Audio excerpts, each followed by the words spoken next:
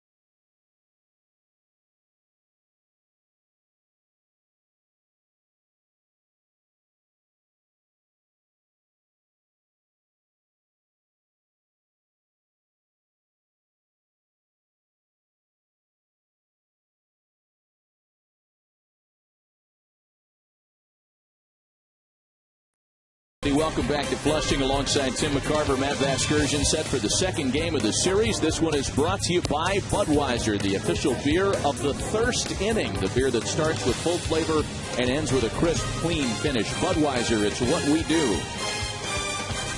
Let's take a look at the Atlanta Braves Taco Bell starting lineup against Dylan G this afternoon. All-Stars Omar Infante, Jason Hayward, and Martin Prado lead it off. It'll be 5-time All-Star Brian McCann catching and batting in the cleanup spot. Derek Lee's at first base, batting 5th. 2008 All-Star Nate McClout in center field, batting number 6. Alex Gonzalez, Matt Diaz, and Tim Hudson round things out for the Atlanta Braves.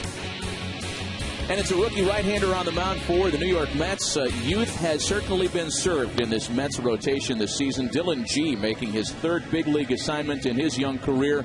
Former 21st rounder back in 2007.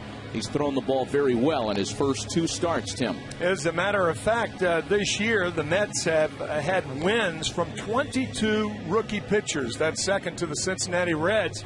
Dylan G, not a hard thrower. He knows how to pitch at a very young age, says Jerry Manuel.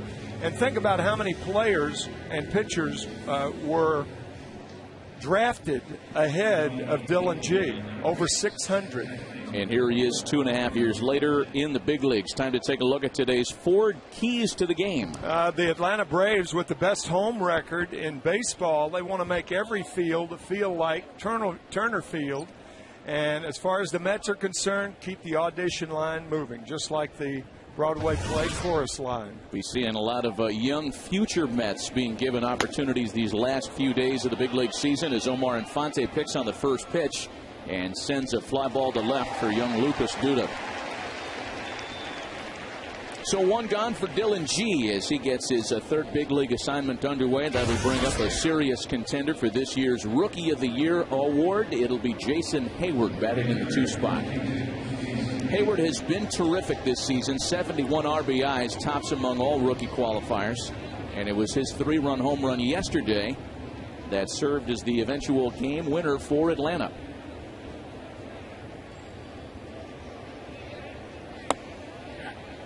Here's the sprint player first for Jason Hayward.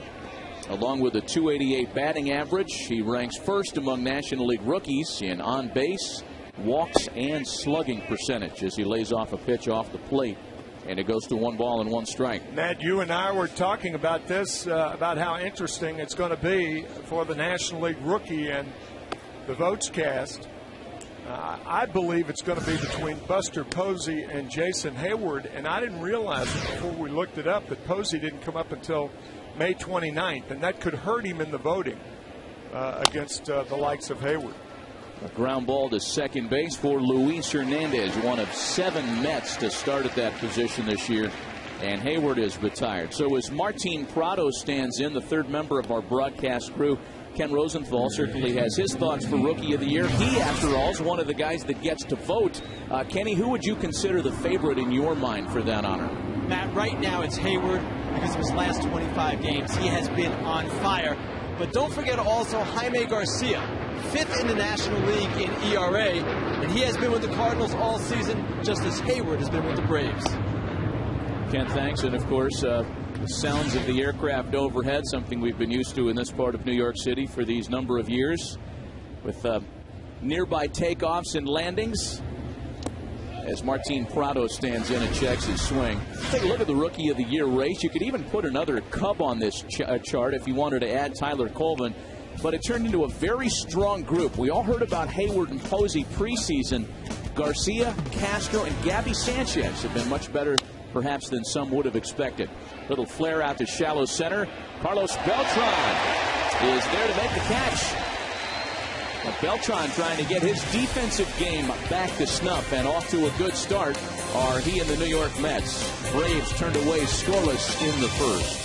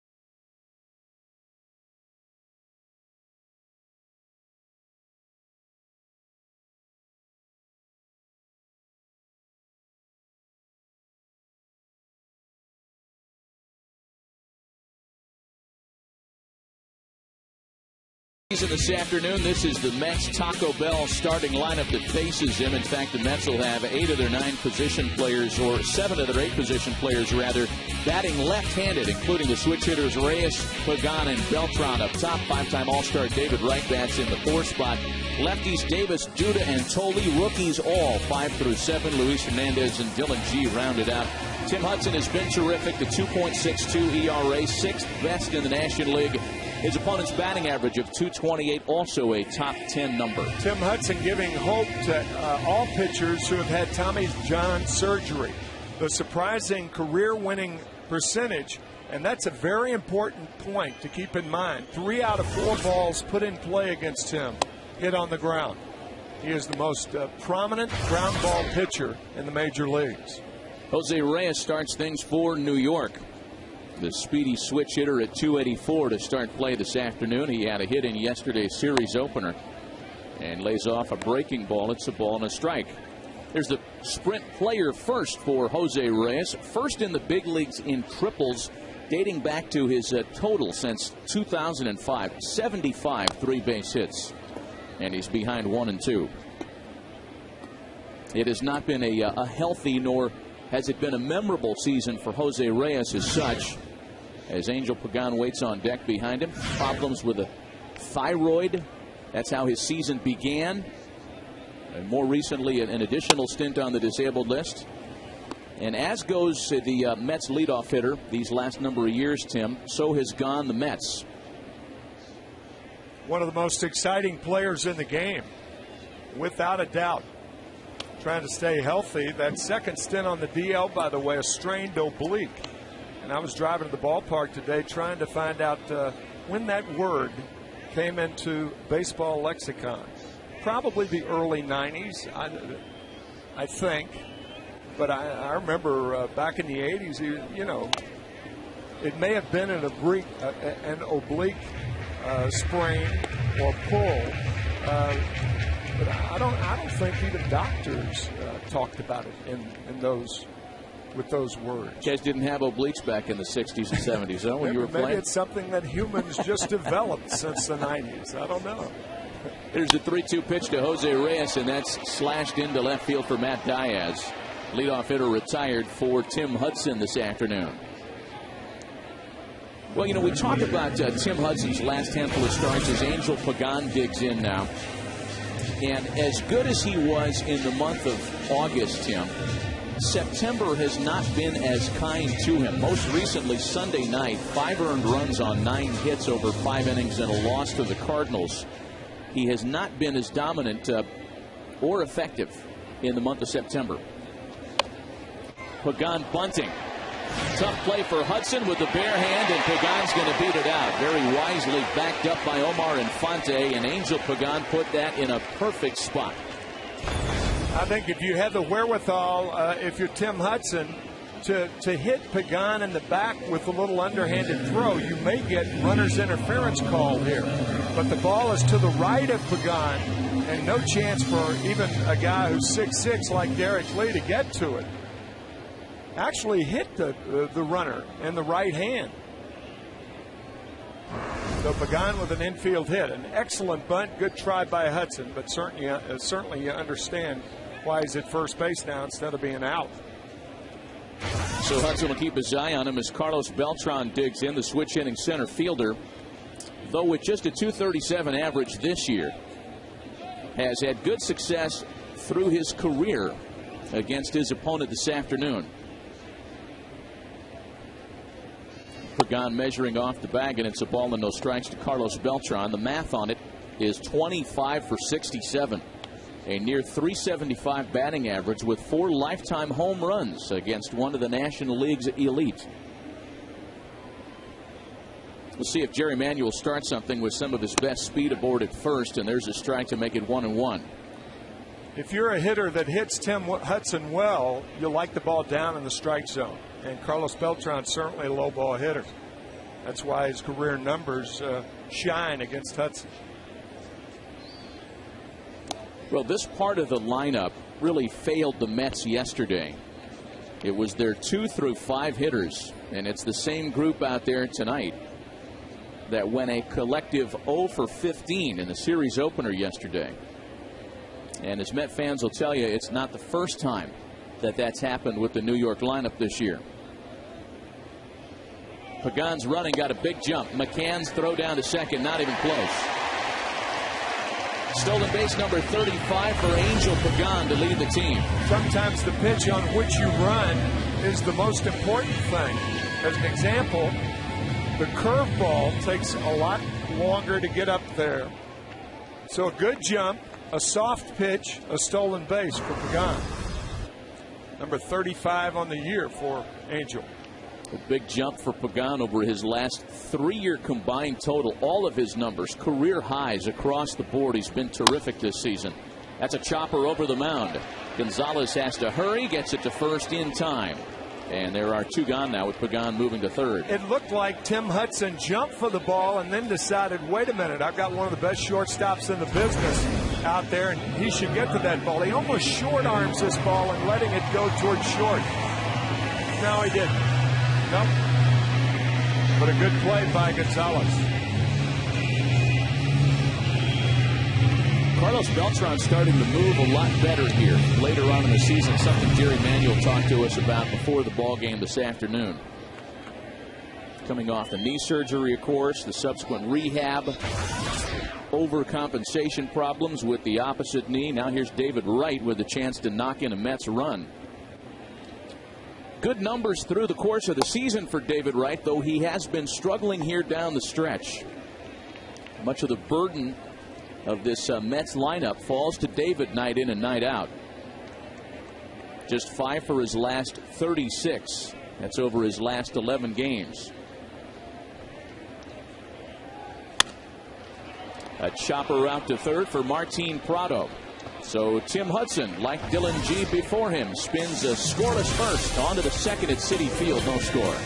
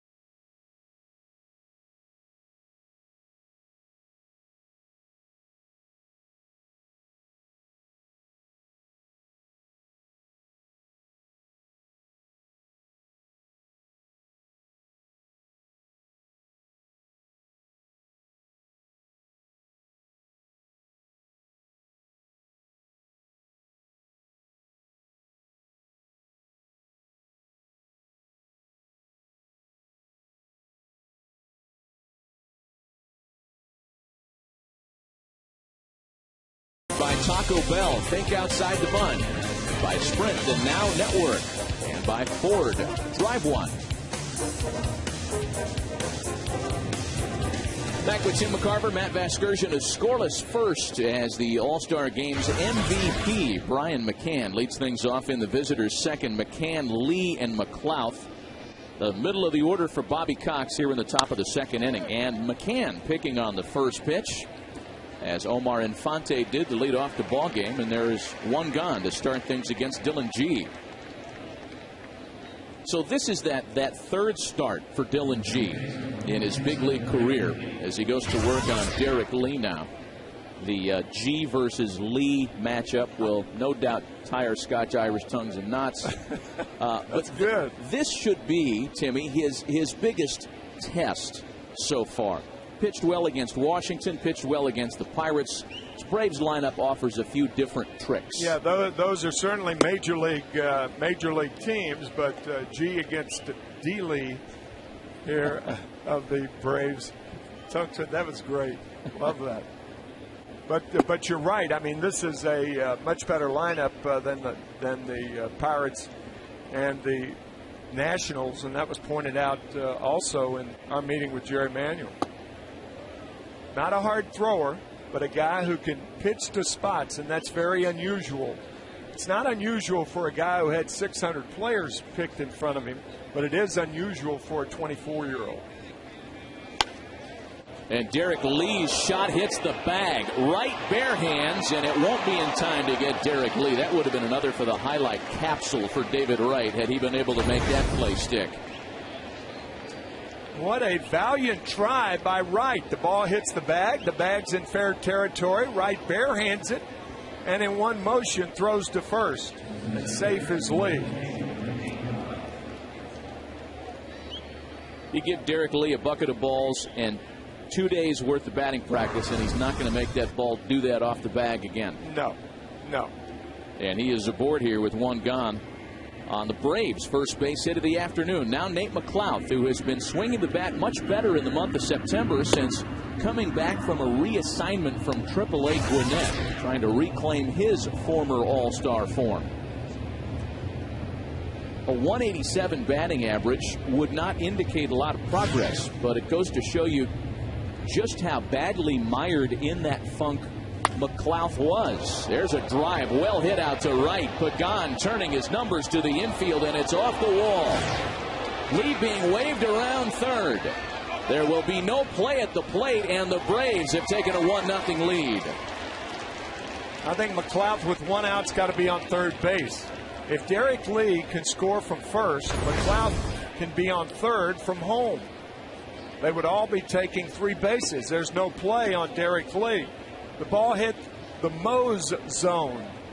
Now that sounds strange, but that's what the sign says. Derek Lee, of course, near second base, but I think McLouth thought that perhaps Derek Lee was going to stop at third base. I think if he picked that up a little earlier, he tries for third and makes it easily.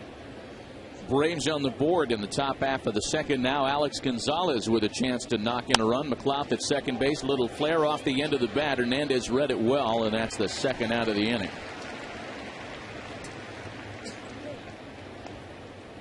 Matt, I think sometimes base runners do not rely on their own instincts. They pick up the third base coach too quickly, and I think that's what Nate McLouth did, and that's why he ended up at second. Number one, he's not running hard out of the box. Now he picks up the third base coach right there. I think you make up your own mind, and if you're thrown out at third base on a play like that, it makes two good throws, one by the outfielder, one by the infielder, and you just take a chance. Most of the best base running plays are on guys who have taken the chance for the extra base and not the conservative play. The conservative play is rarely criticized. The intentional walk now being issued to Matt Diaz as Tim Hudson, the pitcher, is due up next. So that sets up runners at first and second. And no slouch with the bat is Tim Hudson, by the way. The .203 hitter this year. He's driven in a handful of runs, 4 extra base hits for him. And that .203 average is the 11th best among qualifying National League pitchers this year.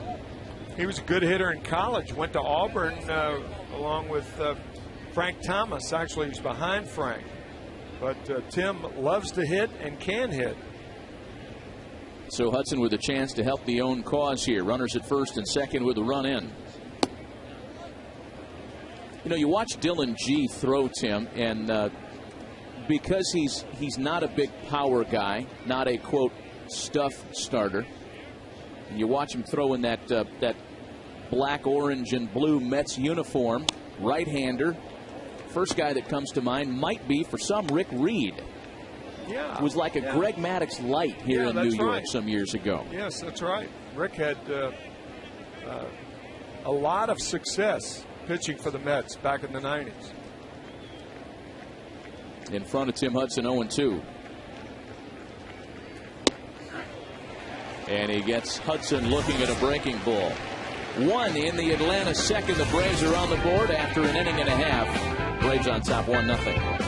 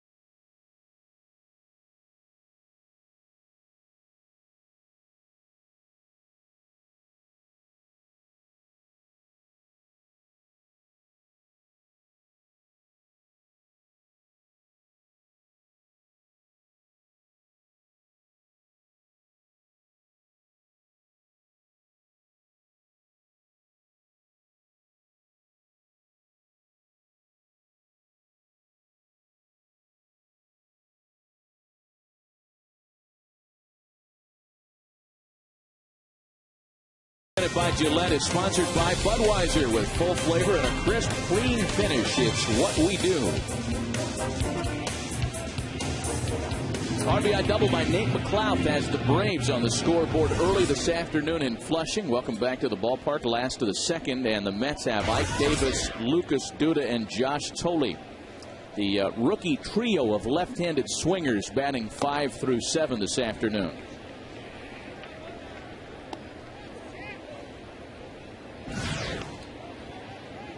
Sounds like an old vaudeville act. Davis, Duda, and Thole. Well, some would argue that at times it looked like a vaudevillian act here, though that trio, certainly Ike Davis specifically, have given Met fans reason for optimism looking forward. These are 3 players that plan to play a lot down the stretch in preparation for trying to win a job in 2011. And let's face it, that's what the Mets' September has been reduced to. Keep that audition line moving. Count a ball and 2 strikes on Ike Davis, who has had a fantastic rookie season.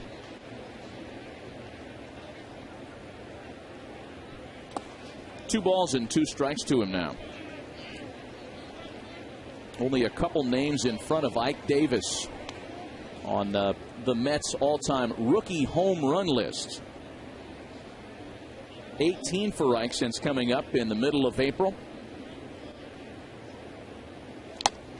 And a swing and a miss. Davis goes down swinging. More on Ike Davis in a moment. First, it's time for a DirecTV game break. DirecTV, the only way to watch every big league game in HD. Are you kidding me? Troy Tulowitzki again. Top of the first against John Eli. 2-run shot.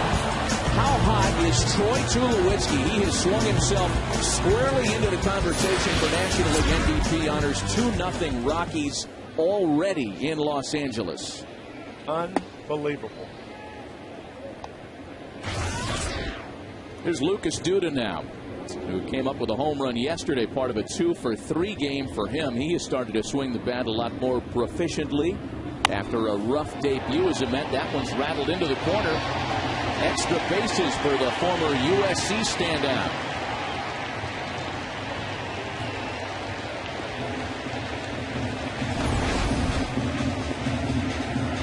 So Duda, who had his first major league home run in last night's game, doubles here with one out in the second inning. Represents the tying run. Saw Duda in the batting cage earlier, which is contiguous to the Mets clubhouse, and then talked to Jerry Manuel about him. He said this young man is going to be some hitter. He's trying to get his feet wet. Here's Josh Thole now. Thole was up for a stay last season. 1 for 4 last night. Still qualifying as a rookie this year. Is the left-handed hitting backstop and making his first ever start against Tim Hudson. How would you advise a young hitter, Tim, facing one of the National League's elite with all the numbers in tow, to go about Tim Hudson for the first time in the big leagues? Try to hit the ball the other way like that. He didn't give me a chance to say it, though. On cue, Thole puts runners at the corners. Well, I mean, that's what all hitting instructors try to do, particularly with a guy like Tim Hudson, who we talked about his ground balls. He gets ground balls by having pitches tail away from left-handed batters. And as Jerry Manuel said today, if you try to pull pitches like that, you're going to hit it to the second baseman as a left-handed batter all day long. So therefore, you try to hit the ball the other way. Thole did it and was rewarded with a hit. So here's Luis Hernandez now, the switch-hitting second baseman, runners at the corners. 3 hits already this afternoon against Tim Hudson.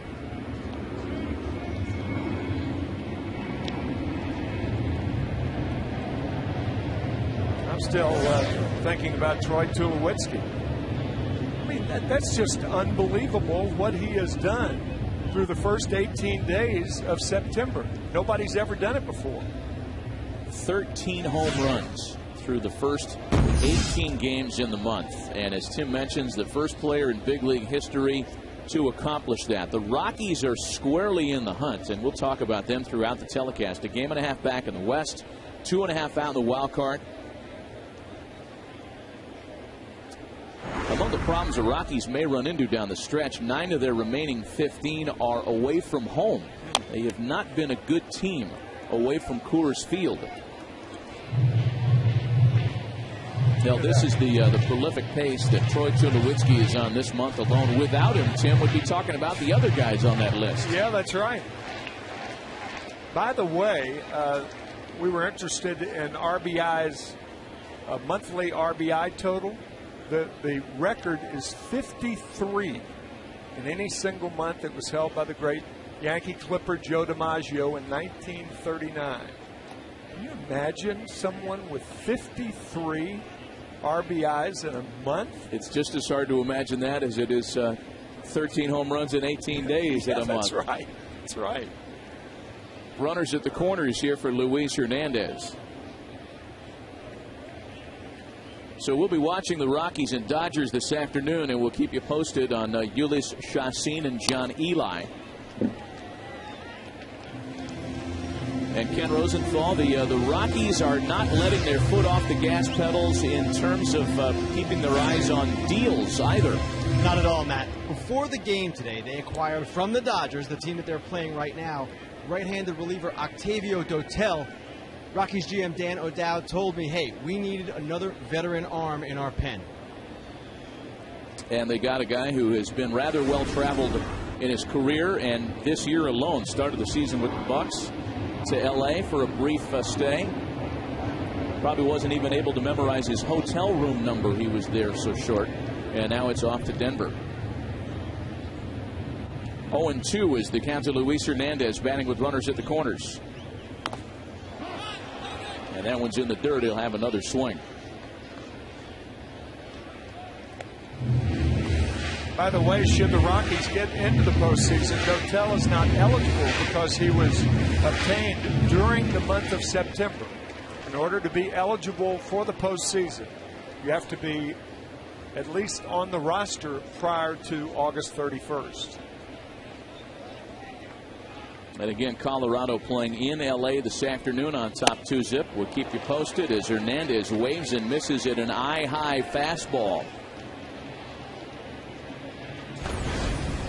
Tim Hudson elevating, and in the process elevates the eye level of Hernandez and gets it.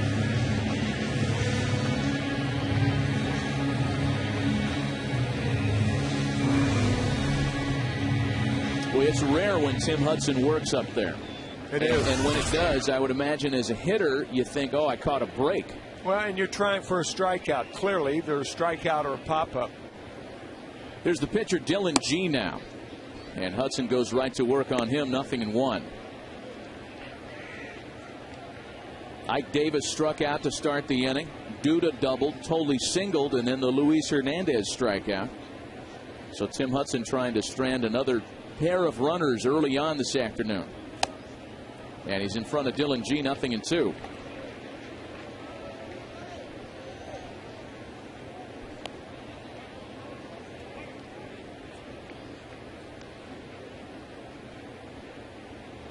Tim Hudson last faced the Mets in early September at Turner Field, and it was the beginning of this stretch of rough ones for the three-time All-Star. 7 innings of work. He gave up 4 runs, 8 of them earned, or rather 4 runs on 8 hits. You know, good enough to win on some days. But it was the beginning of 3 straight losses for Tim Hudson. That's a stretch that he's trying to snap out of here today. And his 1-2 to Dylan G, swung on and missed. So 3 strikeouts in the inning and no runs against Tim Hudson. Rookie of the Year candidate Jason Hayward leads it off. We'll return to New York after a word from your local Fox station.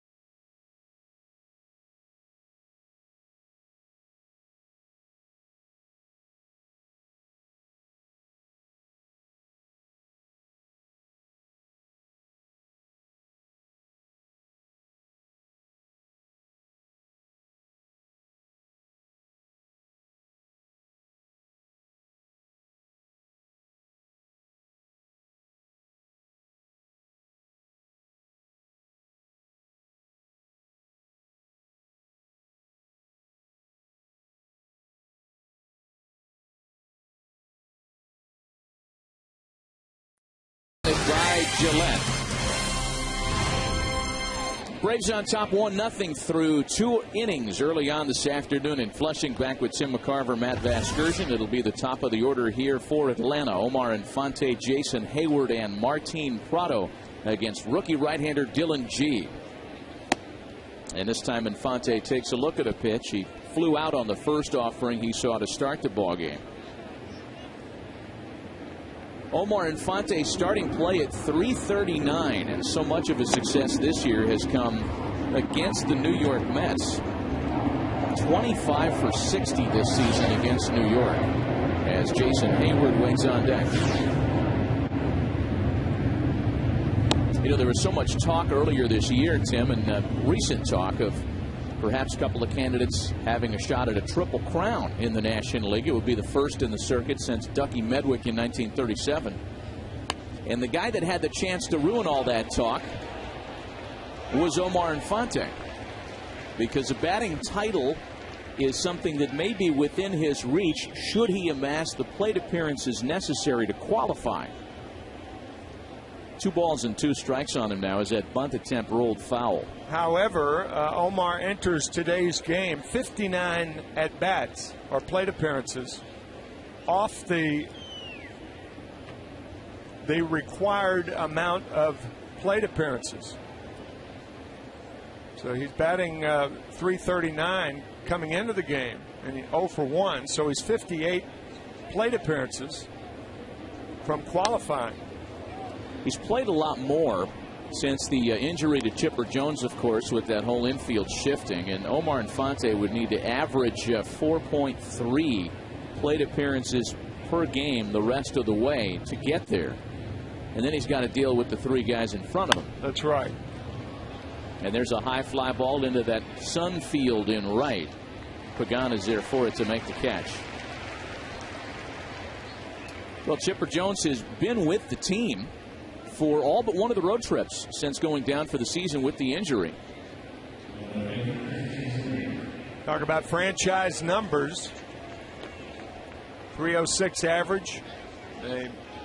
Obviously a switch hitter and a guy who, in my estimation, belongs in the Hall of Fame when his terrific career is over. He's not a lock, but I think he'll make it. There's Jason Hayward now. And as much as we talk about Omar Infante beating up on the Mets, nobody has worked up a number on the New York Mets over the past 15 years more than Chipper Jones, to the degree that he named one of his children after Shea Stadium. That's how much he used to love coming to Flushing to beat up on the Mets. A ball and no strikes to count to Jason Hayward. 1-1 rather, and now 2 balls and a strike to him. Easier for some than for others to sit around and watch. And Ken Rosenthal, I think Chipper Jones definitely qualifies in one end of that spectrum. Matt, I spoke with him this week, and he said it was absolute torture having to sit out and watch this. He felt at the time he was injured that he was really getting hot, feeling as good at the plate as he had in a long time. His legs were good, his defense was good, but he's still participating. Yesterday he was one of the Braves veterans that spoke in a players-only meeting. You know, the players-only meeting, Tim, that's either the sign that of a clubhouse that's being run properly by the veteran players, or it's the sign of a team that's struggling to hang on. And it might be a little bit of both in terms of the Braves this year. Yeah, I think so. I mean, there's some managers that frown on players-only meetings. Obviously, Bobby Cox is not one of them. And here he is in his last 2 weeks of managing in a remarkable career. That's the last 2 weeks if they do not make it to the postseason. If they do make it, well, then it will be a very memorable swan song for Bobby Cox, putting the Braves in the postseason for the 16th time, 14 in a row. Then they won in 2005. He also won with the Toronto Blue Jays back in 1985. So a remarkable career for Bobby Cox. Martin Prado now with Jason Hayward aboard after drawing the base on balls. 1 out, 1 on here against Dylan G. And a check swing at the plate. Prado went around.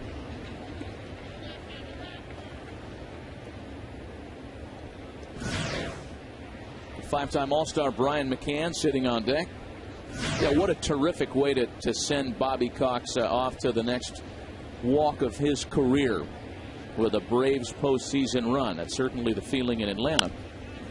I don't think the folks in Philadelphia are quite as sentimental about it, but became Braves manager in 1978 when his opposing manager Jerry Manuel was still toiling in the bushes playing at AAA Evansville as Tigers property. Omar Minaya was a draft choice that year, and in fact most of the Mets active roster was not yet on the planet. It's a ball and 2 strikes on Martin Prado now.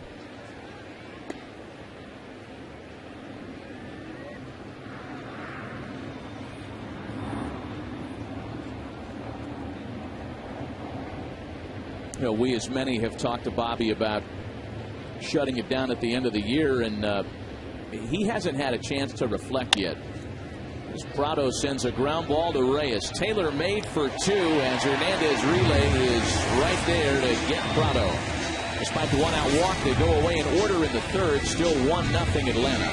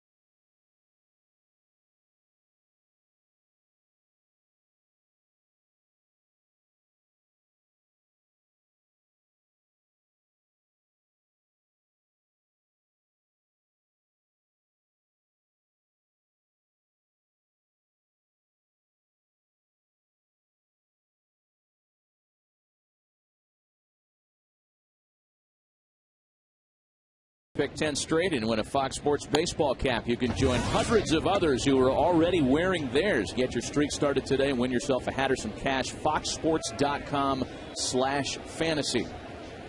The 3 straight leadoff switch hitters will start things here in the third for the Mets. It'll be Reyes, Pagan, and Beltran. 1-0 Atlanta early on this afternoon.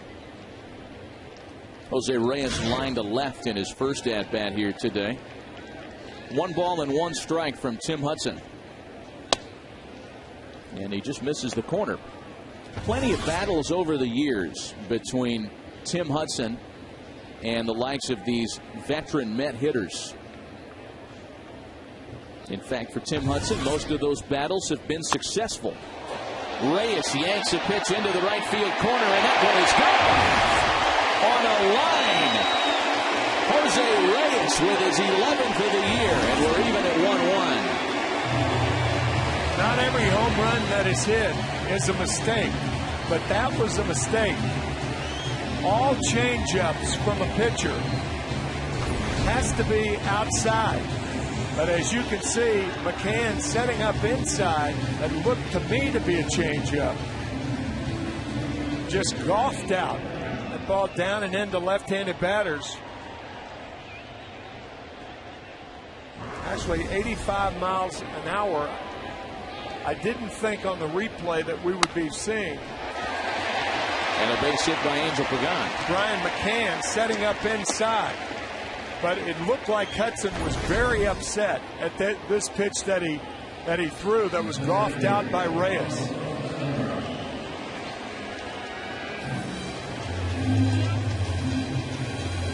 all changeups from pitchers are designed to be away from a hitter. That's in case a hitter is fooled, he doesn't have the wherewithal to bring the hands through the strike zone like Reyes did. That was an odd selection from a McCann-Hudson standpoint. I was really surprised to see McCann setting up inside for an off-speed pitch. Carlos Beltran now. Now the Braves as a staff have kept the ball in the ballpark. Only the Florida Marlins have allowed fewer home runs in the National League. It's not been a problem for Tim Hudson. That was the 15th that he's allowed in his now 31 starts this season.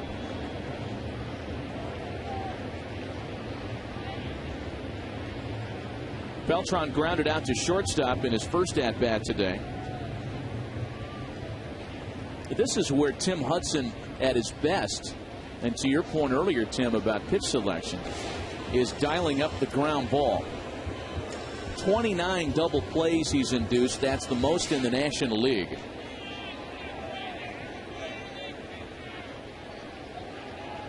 One of the great sinker ball pitchers of his time, Roger McDowell, now the pitching coach for the Atlanta Braves. Roger, a terrific pitcher for the 1986 world champion Mets. He, along with Jesse Orosco, what a left-right tandem that was.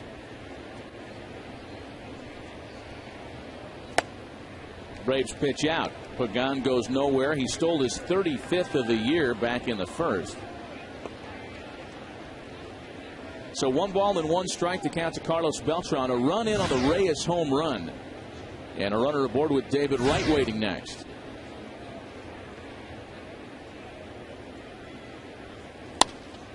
Right back to Hudson. Make it 30 double plays induced.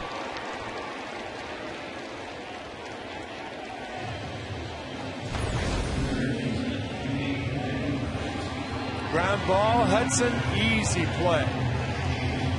1-6-3. Also the ideal pitching coach that you can have if you're a right-handed sinker ball pitcher, to have a right-handed sinker ball pitching coach. As a matter of fact, Derek Lowe in his last performance had one of the best performances he's ever had as a starter, striking out 12 his last outing. He's going tomorrow against the Mets. And he went to Roger McDowell and he said, Roger, I'm lost. I need help. And did Roger McDowell ever help him?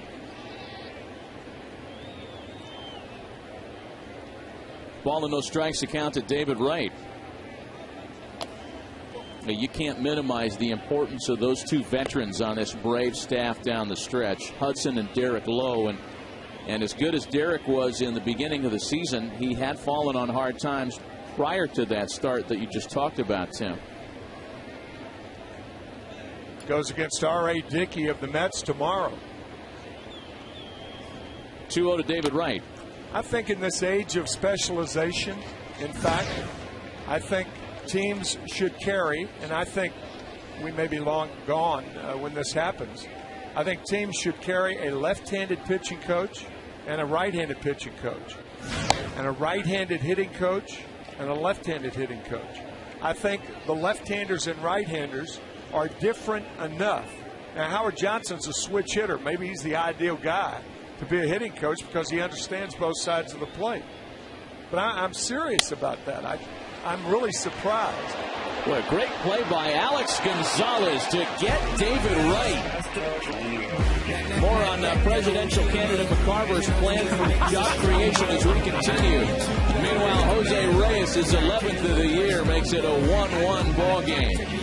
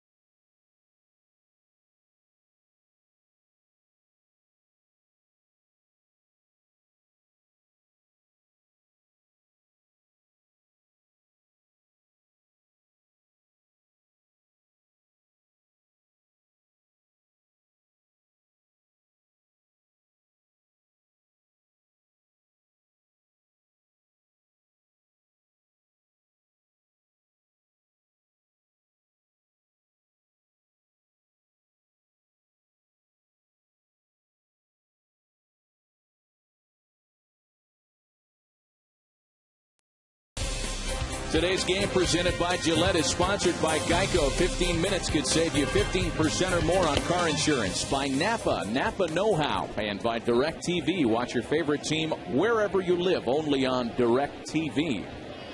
Brian McCann leads things off in the visitors' fourth. McCann, Lee, and McLeod. This is the part of the lineup that got the Braves on the board against Dylan G back in the second. McCann grounded to first in his first try today. And he'll shoot one wide of the bag here. Behind 1-2. If the Atlanta Braves do end up in the World Series, the reason that they will be starting at home is at the plate right now. Brian McCann, who had the winning hit in the All-Star game in Anaheim this year. And of course, the National League won for the first time since 1996, beating the American League. And because of that, the National League has the home field advantage this year. Derek Lee waiting next behind him.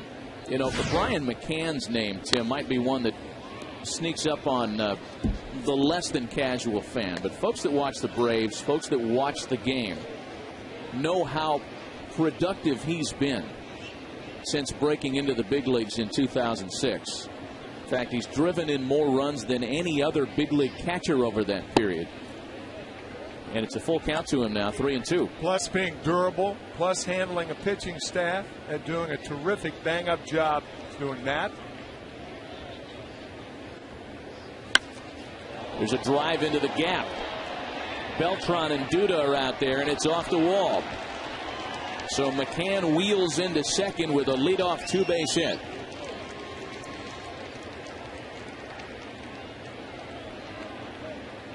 One thing Brian has been able to do, he's been able to stay healthy. And that is a position that is riddled with danger from a health standpoint. So an RBI opportunity now for Derek Lee. He's had a pretty good series to start the weekend in New York. 2 for 3 with a couple of bases on balls.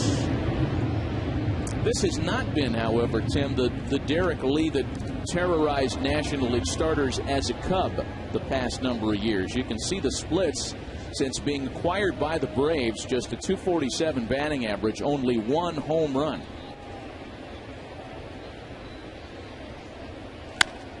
Oh, 1 pitch is grounded right back up the middle and through. They put the stop sign up for McCann. And there are runners at the corners now with nobody out.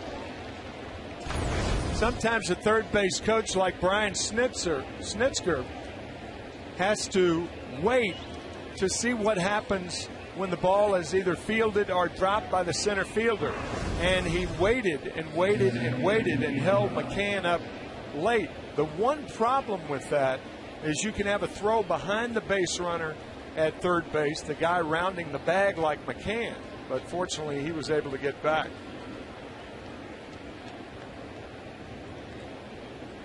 So now Nate McLeod, who drove in the Braves' first run back in the second.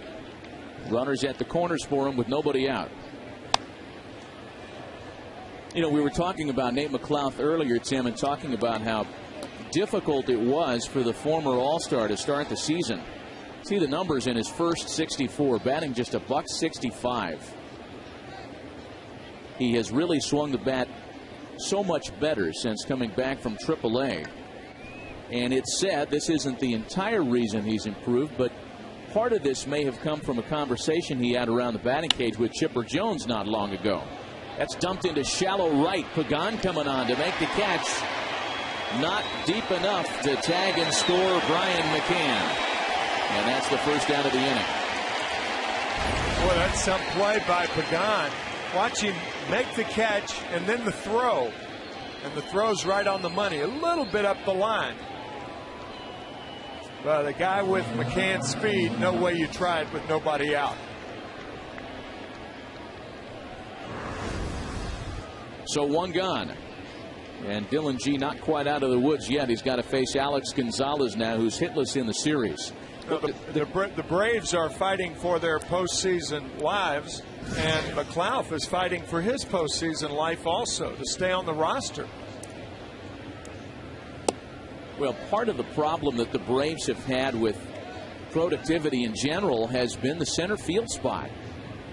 And to know that they've had the following names playing that position: Nate McLouth, Rick Ankiel, Melky Cabrera, you'd probably guess without looking at any numbers that it had been a strength for Atlanta.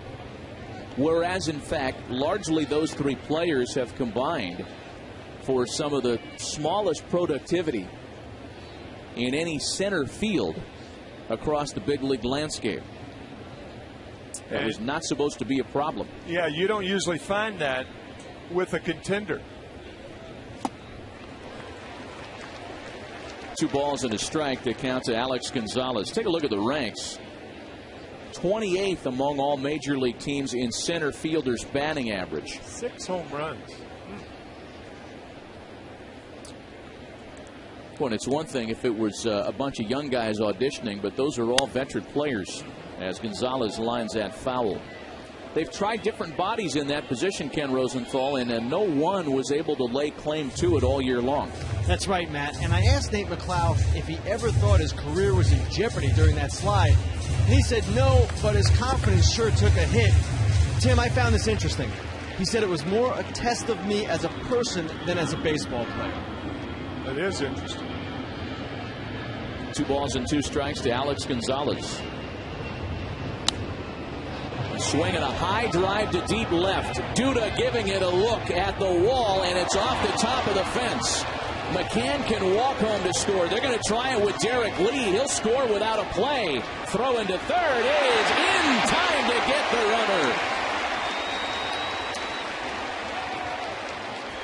We talked about it earlier with McLouth, that he should have tried to go to third base with 1 out. And with 1 out, I think Gonzalez made the right move. However, his route took him into left center field, it seemed like. I mean, a lot of times when you're watching the ball, as Gonzalez is doing right here, he's still watching the ball, trying to decide. Watch his route. I mean, when he slides, he's 5 feet deep at third base. So I think his idea was right, but by looking right there, I'm not sure he knew where he was when he rounded the bag. He could have gone right into the dugout. Forget about touching home. Next pitch home to Matt Diaz is rolled out to shortstop to retire the side. David Wright made eye contact with the guy he tagged. It's now 3-1 Atlanta.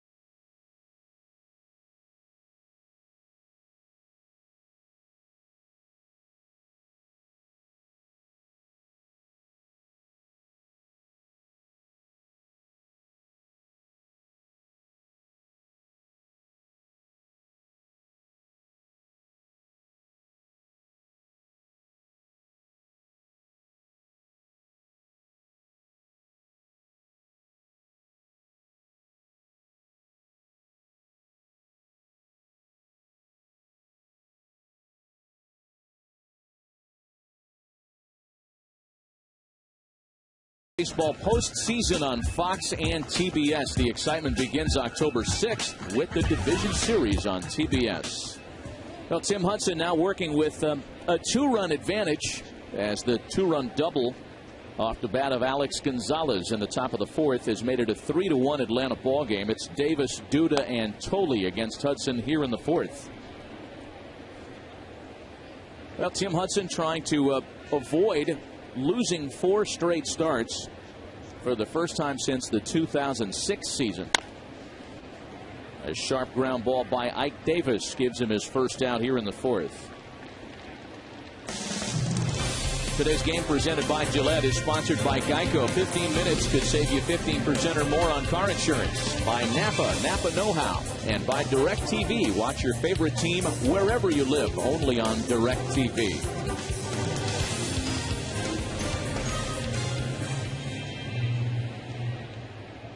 Conversation with Brian McCann and Tim Hudson. The ground ball in order today so far. Tim Hudson's favorite weapon in the arsenal. And here's Lucas Duda now with 1 gone. Duda doubled in the 2nd and was one of a couple of runners left stranded that inning.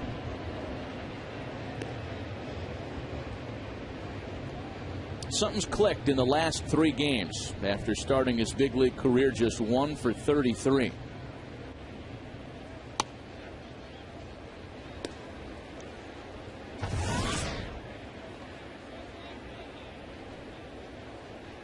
Getting back to Tim Hudson for a moment and talking about him trying to avoid a 4 consecutive loss. Drills Duda there in the back of the leg. Duda aboard the hard way. You could really trace, Tim, the Braves' dwindling fortunes in the division to what's happened with Tim Hudson in the month of September. Not saying it's all his responsibility, but going back to the end of July, Tim Hudson made a start at Turner Field where he shut out the San Diego Padres, and the Braves had a 7-game lead in the East, their biggest lead of the season. And there it is, back on July 22nd. Today they look up by 3 games to the Phillies. Here's Josh Tolley now. Even going back to Labor Day, the Braves still had a division lead. And that's when Hudson took them out against these Mets on September 2nd. Things have unraveled, not only for Hudson, but for the rest of the club. Sprayed to third. Another twin killing for Tim Hudson. On cue, dialing up that ground ball. 2 double plays turned on his behalf. He's now turned more than any other starter in the game. Still 3-1 Atlanta.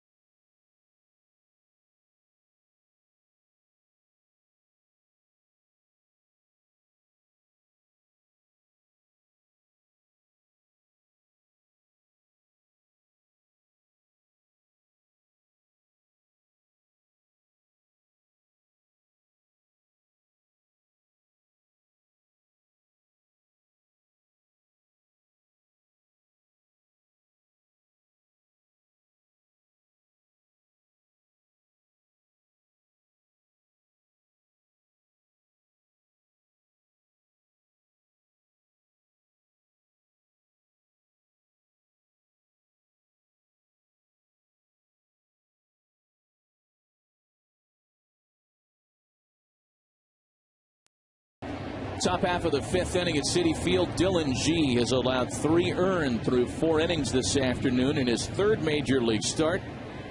His stiffest test yet. Faces his opposite number, Tim Hudson, to start things in the 5th. Hudson, Infante, and Hayward for the Braves. Tim a strikeout victim in his first try this afternoon.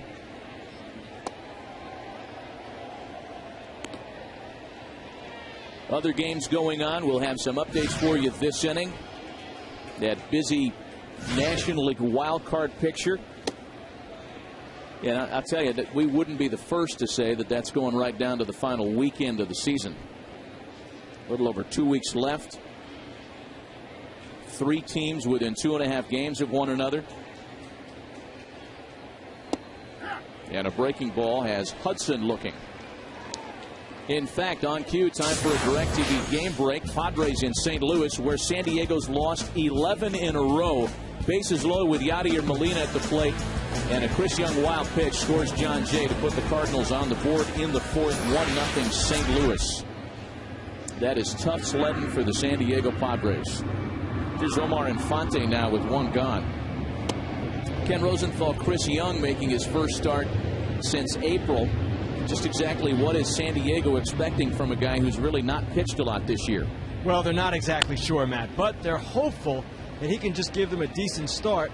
They wanted to give the rookie Corey Lutke a break, and really their rotation has sort of crumbled down the stretch here.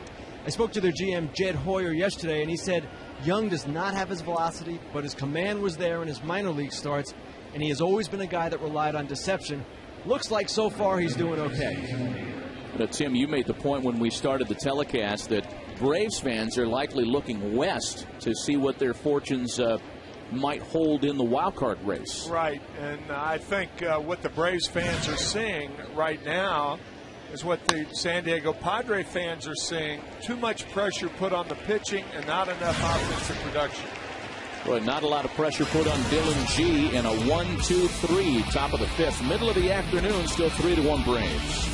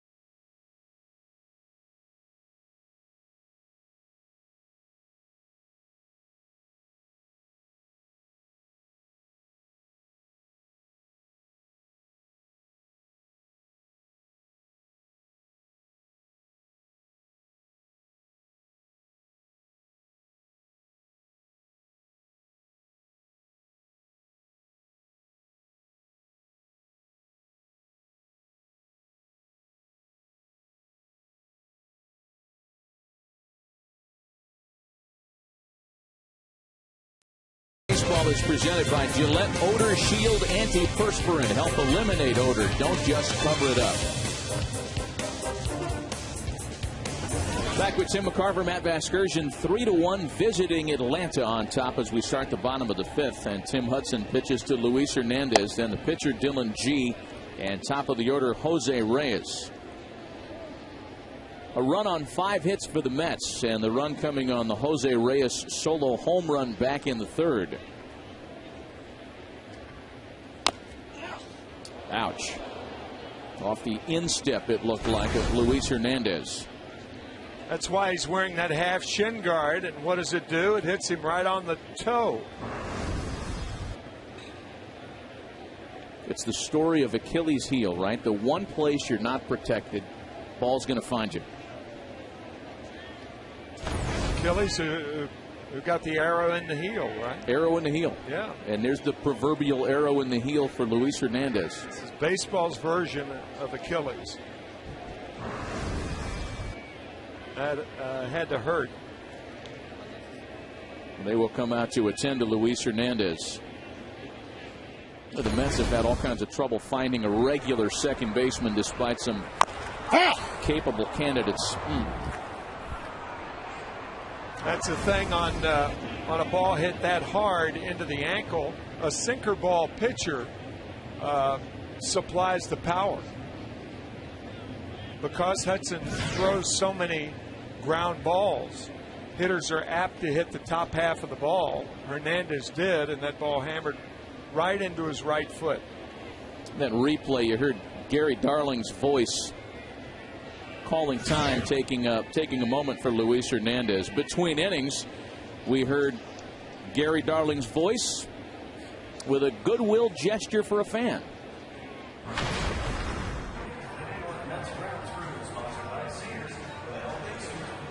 You're welcome. Thank you.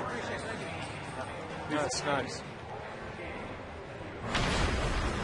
A nice moment. Veteran umpire, member of the Armed Services. Here's a little something for you.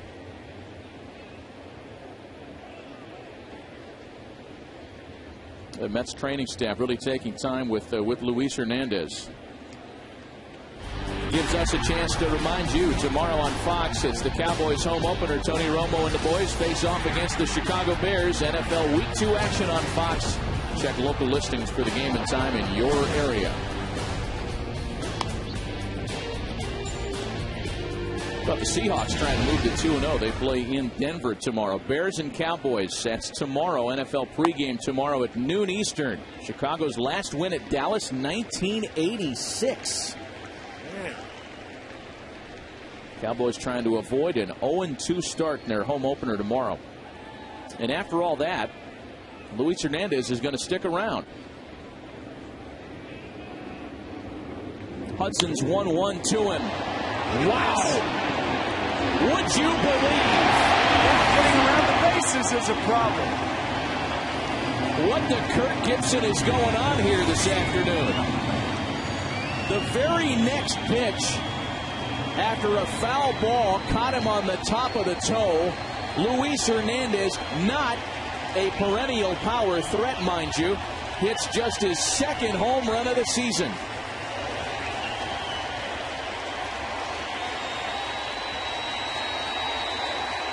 Successive pitches that took about 5 minutes. The first one off the foot. About 5 minutes later, this is what happened. Watch the gate out of the gate.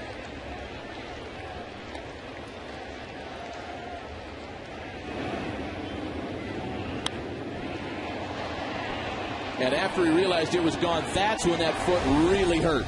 He'll probably be taken out of the game after the home run. Well, that's what'd you say? What the Kirk Gibson? I mean, it looked like he wasn't going to be able to get around the bags, huh? 1988, Game 1 of the World Series, off Dennis Eckersley. But this is remarkable. You know, his foot might be broken. Wow. Dylan G now. It's a one-run ball game. A couple of solo home runs against Tim Hudson have done the Mets damage. Now, we're told that it took him 34 seconds to get around the bags, and no Braves will take exception with that as G swings and misses. One gone here in the fifth. There are your home run trots that'll draw one in the ear hole the next day. Right. And then there's something like that, which everybody understands, quite obviously. So now Jose Reyes, a solo shot in the third, the first of two now against Tim Hudson today. And the veteran Luis Castillo, who has another year remaining on his contract here with the Mets, may be pressed into action this afternoon. The notion of that makes him scuffle, I guess, right? So much he thought of that comment you just made. Reyes jerks that foul. Ken Rosenthal, there are a number of roster decisions for the Mets moving forward. We tend to focus on the Braves here today and their postseason run, but these are important games for the Mets to figure out what they have for 2011. Well, Matt, the first question with the Mets is going to be who is the general manager? And there's no shortage of quality candidates out there if, as expected, they either fire or reassign Omar Minaya. But the question is, how good is this job? How attractive is it? There's some skepticism within the industry, and the reason, well, there's a couple. The bad contracts, that's one. Johan Santana, what will he be next year? And ownership, in the opinion of many executives, plays too active a role. So it's going to be really interesting to see, one, who the Mets GM is, then who the manager is, and then what direction they take.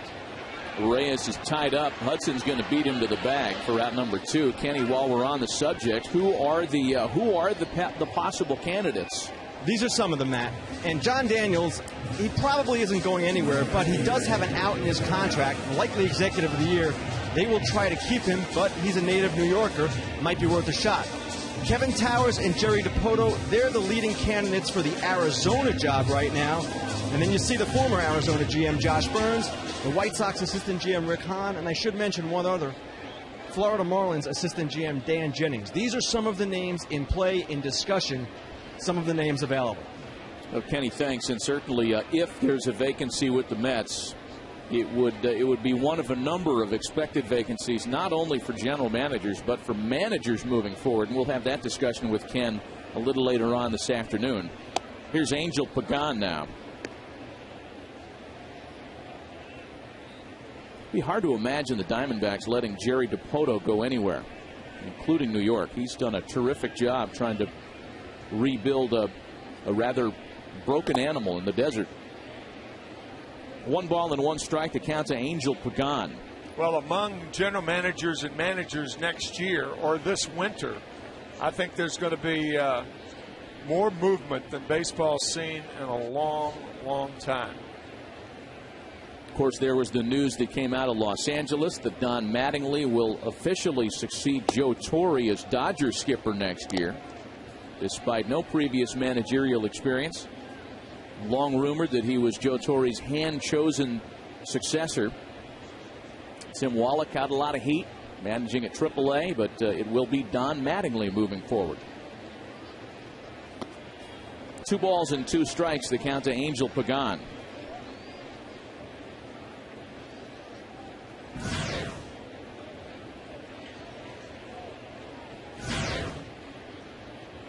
Carlos Beltran's future, another hotly contested topic here in Flushing.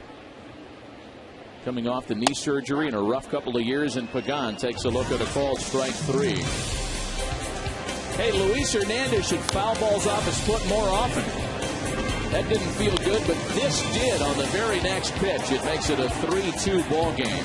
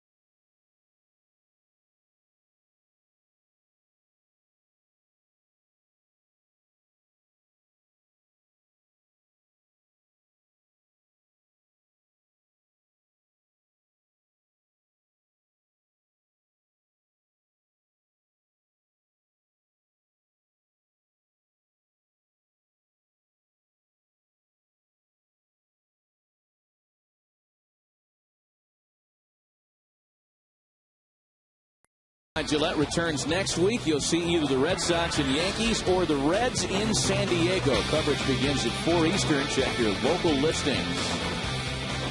How about that Yankee game last night? Alex Rodriguez with the count 2-2. Yankees trailing by 2 runs, 2 outs in the 9th inning, and a home run, a 3-run shot to win it. A one-man band yesterday. Yeah. Drove in all 4 runs. 4-3 win for the Yankees. We saw Joaquin Arias a moment ago. He's the player that takes over for the injured Luis Hernandez. And if we get word on Hernandez's status, we'll certainly pass it along to you. Martin Prado with a shot back up the middle, and the leadoff hitters aboard for the 2nd straight inning for Atlanta.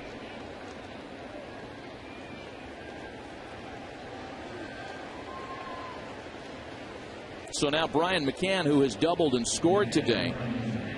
And Atlanta trying to redistance themselves after the Luis Hernandez home run last half inning.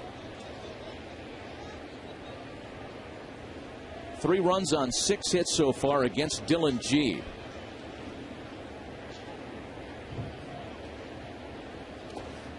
So Alex Rodriguez doing for the Yankees what Troy Tulowitzki's been doing for the Rockies. And I don't even know if that's a fair comparison for Troy Tulowitzki, because nobody is doing for their team what Troy Tulowitzki's been doing for the Rockies. See Derek Lee waiting next. I mean, there is no question that he is the hottest hitter in baseball right now. Everybody thought that if the Rockies were going to put a horse into the MVP race, it would have been Carlos Gonzalez. Tulowitzki with a 2-run home run in the 1st inning in Los Angeles today. McCann takes a look at a strike. It's 2 balls and a strike to him now. 13 home runs in the first 18 days of September for Tulowitzki.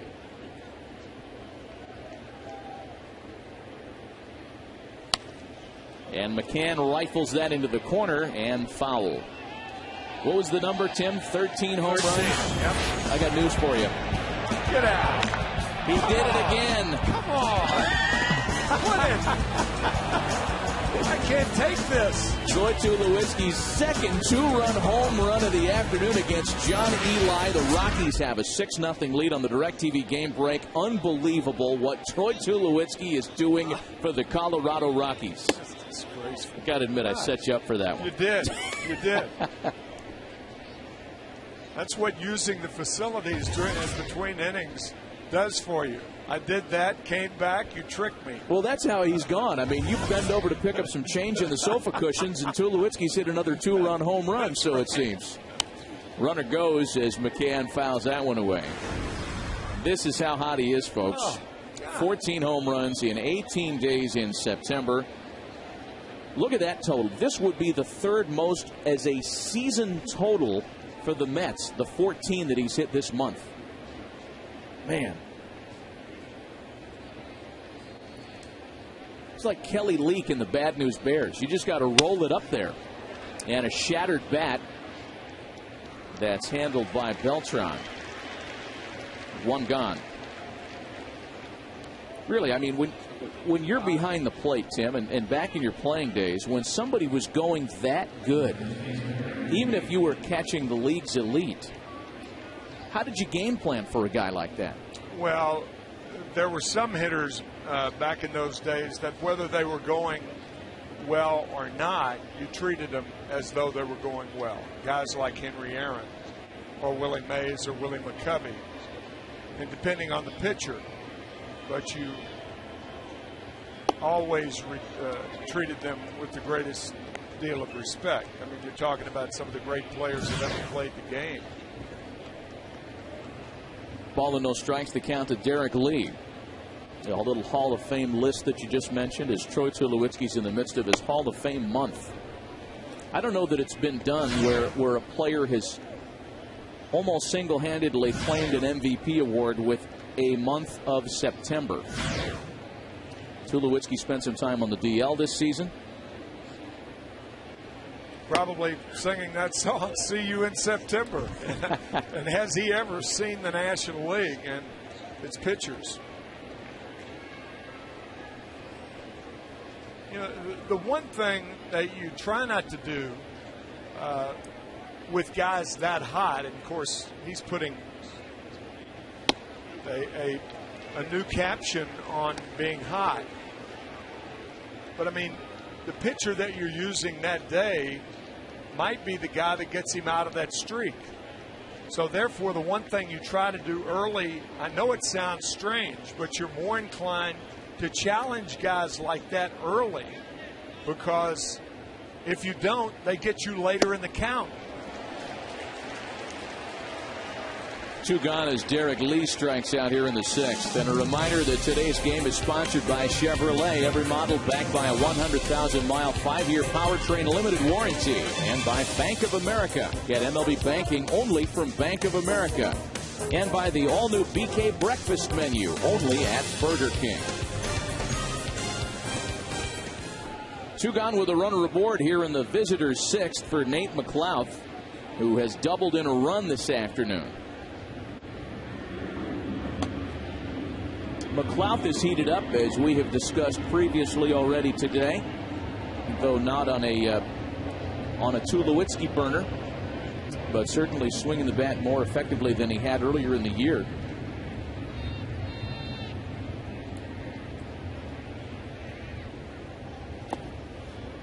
And it's 1 ball and 1 strike from Dylan G.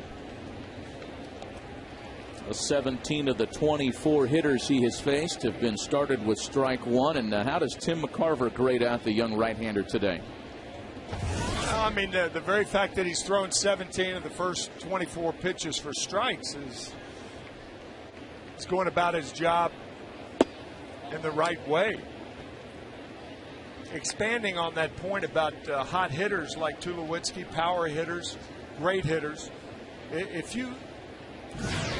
you toy with him early and try to make a perfect pitch and then fall behind, then, unless of course you elect to walk him, you're really dealing into his strength. 2-0 counts, 2-1 counts, 3-1 counts. So against guys like that, and with a guy like Dylan G, you try to encourage him. He's not an overpowering pitcher, so it's more important for him to stay ahead than it would be most mortals or guys with super stuff. 3 balls and a strike to Nate McLouth. Swinging a high drive to right. And this stays in the ballpark for Angel Pagan to retire the side. G strands the leadoff single to the home 6th. It's still 3-2 Braves.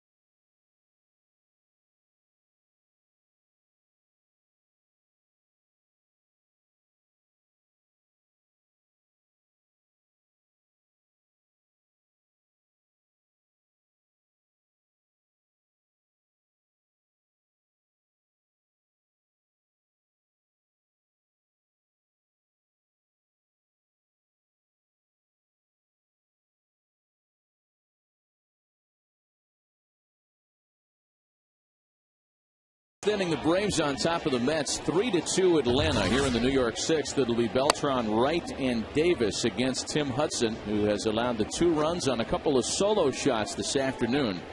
Carlos Beltran hitless so far today. A couple of ground balls, one turned into a double play. 2 balls and no strikes to Carlos Beltran. And Tim, as we continue discussing the future of the New York Mets, Ken Rosenthal shared his thoughts on their general manager search earlier.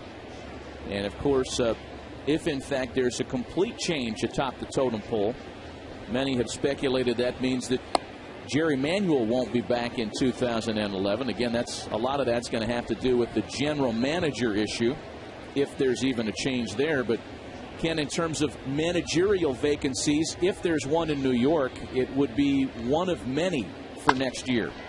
Absolutely, Matt. We are talking about unprecedented potential turnover. I count as many as a dozen possible changes. You've got interim managers right now in Seattle, Arizona, Florida, and Chicago with the Cubs. You've got Bobby Cox retiring, Cito Gaston retiring. Joe Girardi's situation with the Yankees, his contract is up. Same with Dusty Baker in Cincinnati. Same with Tony La Russa in St. Louis. And the real wild card is Ozzie Guillen with the White Sox.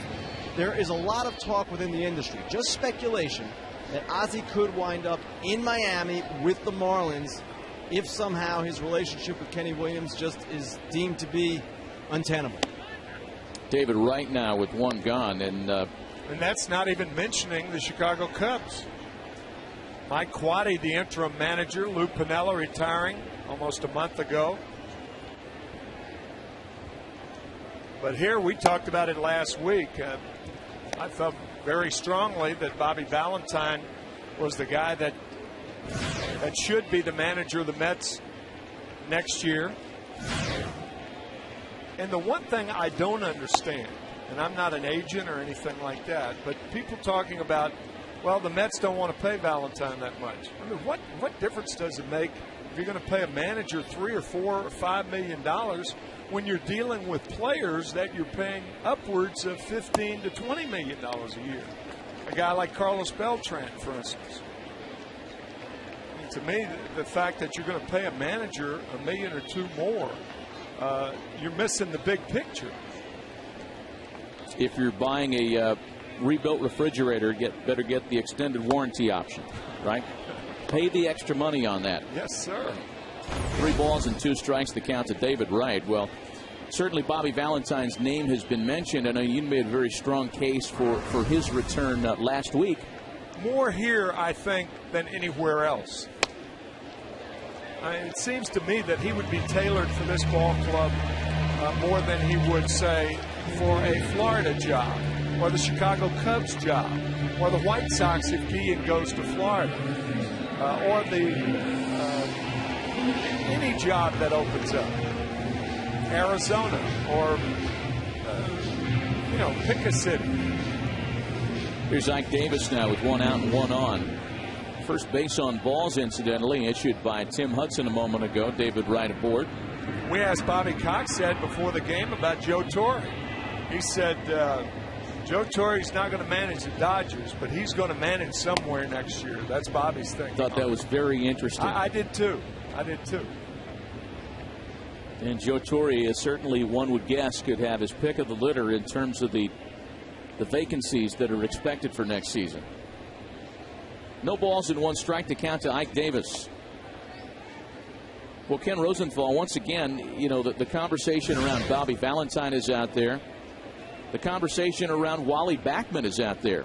Jeff Wilpon, the COO of the Mets, has been very open with his affection for the '86 team. Wright runs. Davis swings and misses. No throw down. It's a stolen base for David, his 19th of the year. McCann could not come up with it. Go ahead, Ken. Ken, would it be possible to handicap a favorite in the Mets managerial search, given that they don't have a GM direction at this point? Yes, a little difficult to handicap, but Valentine's name certainly is in the mix. His name remains in the mix in Florida as well. Wally Backman will be a candidate. Bob Melvin, the former Mariners and Diamondbacks manager who has been a scout with the Mets this season, is another possibility. And if there was one place Joe Torre might go, if he was given the right kind of financial offer and the right kind of autonomy, it would be here. Joe is 70 right now. His daughter's starting high school. I don't know that he wants to live in St. Louis or Atlanta or Chicago, but New York is one of his homes. Then again, the Mets in their history have rarely shown an inclination to tweak the Yankees, and hiring Joe Torre would be the ultimate tweak. I should say so, as Ike Davis stays alive on a 1-2 count. Brian McCann caught that tip. The backswing of Ike Davis catching Brian McCann on the right side of the head. Brian appears to be all right. Frightening sound. Oh. Tim Hudson's going to just make sure everything's in order with he and his catcher. With when you think about it, think about the times that before those helmets were compulsory for catchers. Because helmets came in the early 70s. That could be a very serious injury if he didn't have his helmet on. I've always taken exception with the moniker, with the nickname, what people refer to catcher's gear as the tools of ignorance. Thank you. I have too. Now, if they were truly the tools of ignorance, they'd be made out of balsa wood and styrofoam, right? Them's the tools of brilliance, say I. As Ike Davis takes a swing and a miss here. Sixth strikeout of the game, by the way, for Tim Hudson. I think the term tools of ignorance actually was coined by a catcher. Bo Bird, who was a rather pretentious guy. He was a spy for the United States against Japan early in the middle 30s.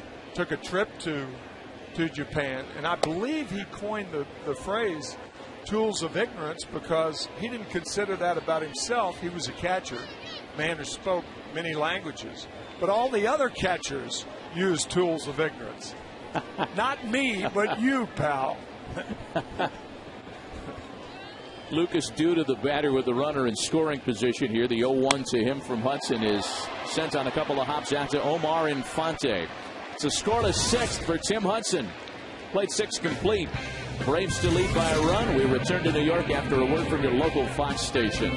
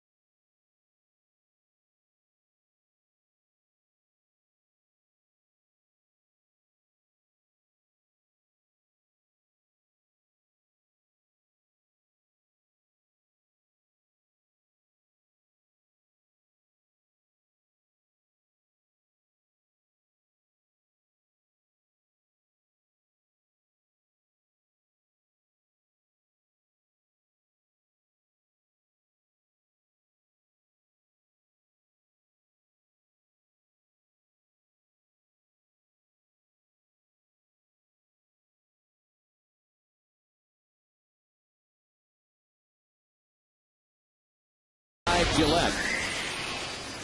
As we head to the top of the 7th inning, back with Tim McCarver, Matt Vasgersian, Dylan G, for the most part, matching Tim Hudson in the anticipated low-scoring pitching defense duel that we anticipated here. As Alex Gonzalez leads off against him, bottom third of the Braves order, Gonzalez, Diaz, and Hudson, the pitcher spot, scheduled against the rookie right-hander Dylan G. See the first bit of activity in the Mets bullpen behind the young right-hander today. And again, G, 24 years old, making just his 3rd major league start. Jerry Manuel not willing to tempt fate too much longer. And a left-handed bullet up in the bullpen for Jerry Manuel.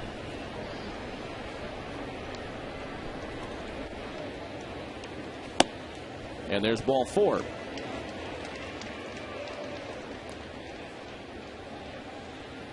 A reminder, visit your local Lowe's for details on how to enter to win a Scott's VIP World Series experience.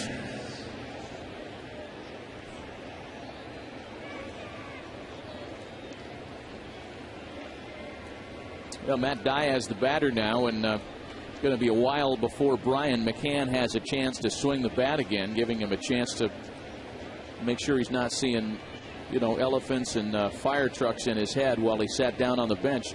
Took a foul tip, actually a backswing last half inning. This is how it sounded an inning ago. Yeah, hit me good. Right on top? Yeah. He might hit me in the face next. I thought he got on top of your head, yeah. Hit him good. We agreed. Well, you're not worried about your English when you're behind the plate. Little flare out to the second baseman, Joaquin Arias. And Diaz is retired.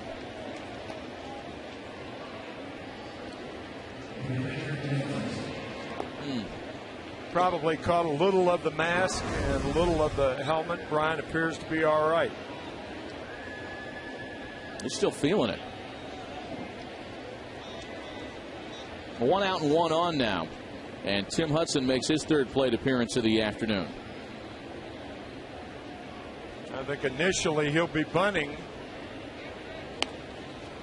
And he lays it down. Well executed by Tim Hudson. That moves Gonzalez into scoring position.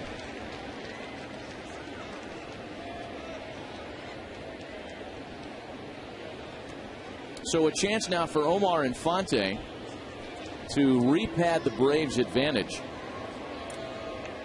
And Infante hitless so far this afternoon, 0 for 3. As we talked about, his .339 batting average at the start of play, at least, would make him a serious contender for the National League batting crown, given he has the plate appearances necessary to qualify at the end of the year. Needs to average better than 4 per game through the 14 games left on the regular season schedule.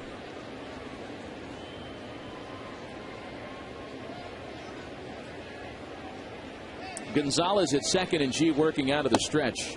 Starts him with a strike. Keep in mind that if Infante ended up with 10 plate appearances short of the 502 required plate appearances, the baseball could give him an 0 for 10, and that would be the 502 plate appearances necessary. And then if he still was leading the National League in hitting, he would be given the batting crown, which is an interesting side note to the plate appearances required. Behind here 0-2. He's had his trouble with the rookie right-hander this afternoon. Popped him up. And Joaquin Arias is under it to retire the side. Nothing despite the leadoff walk. And it's still a 3-2 Atlanta lead.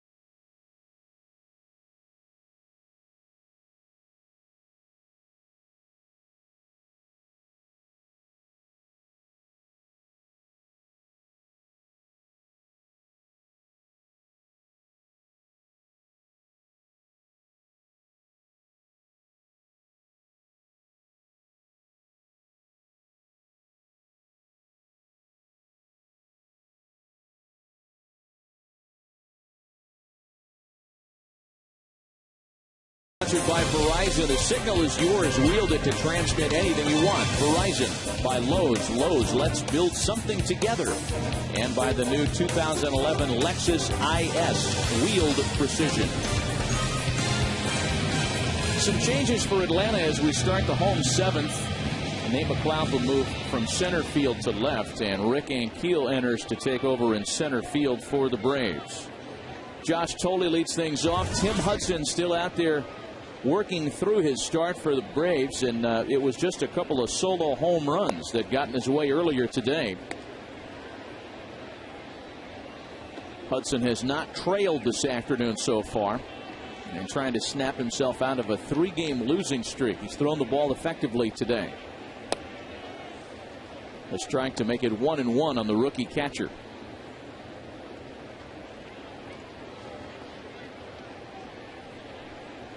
Dylan G has also been good today, allowing the 3 runs on 6 hits. Into left center field. Well, that'll find you when you change positions, and Nate McLeod is there to make the catch. And a good move by Bobby Cox, putting the better glove in left field.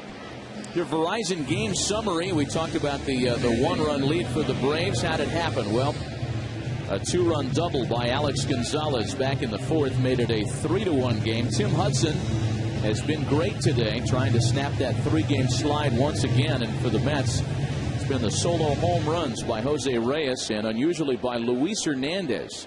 The pitch after fouling a ball painfully off his lead foot. In fact, Hernandez had trouble getting around the bases. He was in such pain and has been since removed from the contest. So his replacement, Joaquin Arias, digs in. Let's take you back to the 5th. These are back-to-back pitches with about a 4-minute layoff in between. Arias making his first plate appearance since coming on for Luis Hernandez. And that's the difficulty he had getting around the bags. Took him 34 seconds to get around the bag, and understandably so.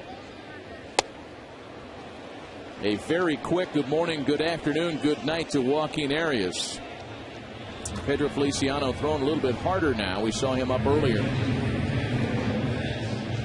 Still no word, by the way, on the status of Luis Hernandez from the trainer's table. As soon as we get some word from the Mets, we'll certainly pass it along to you. That word that we talked about earlier about Nate McLeod and it being a good move by Bobby Cox. Announcers have been saying good move by Bobby Cox for the last 32 years, since 1978. Get the feeling that if Bobby Cox had been a college football coach, 98% of his players would graduate.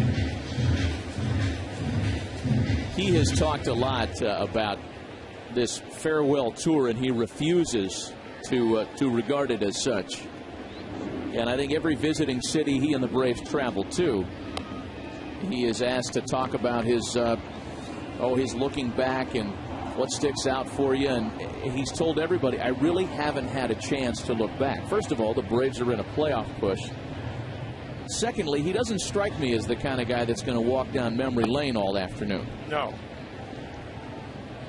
2 balls and a strike to count to Chris Carter, pinch hitting in the pitcher's spot. That's one of the things that's made him a good manager. He's had an opportunity to look in the periphery and not look back. Good managers don't look back.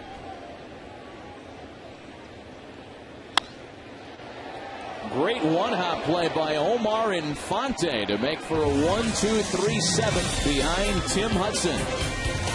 The rookie right-hander Dylan G trailing 3-2 Atlanta.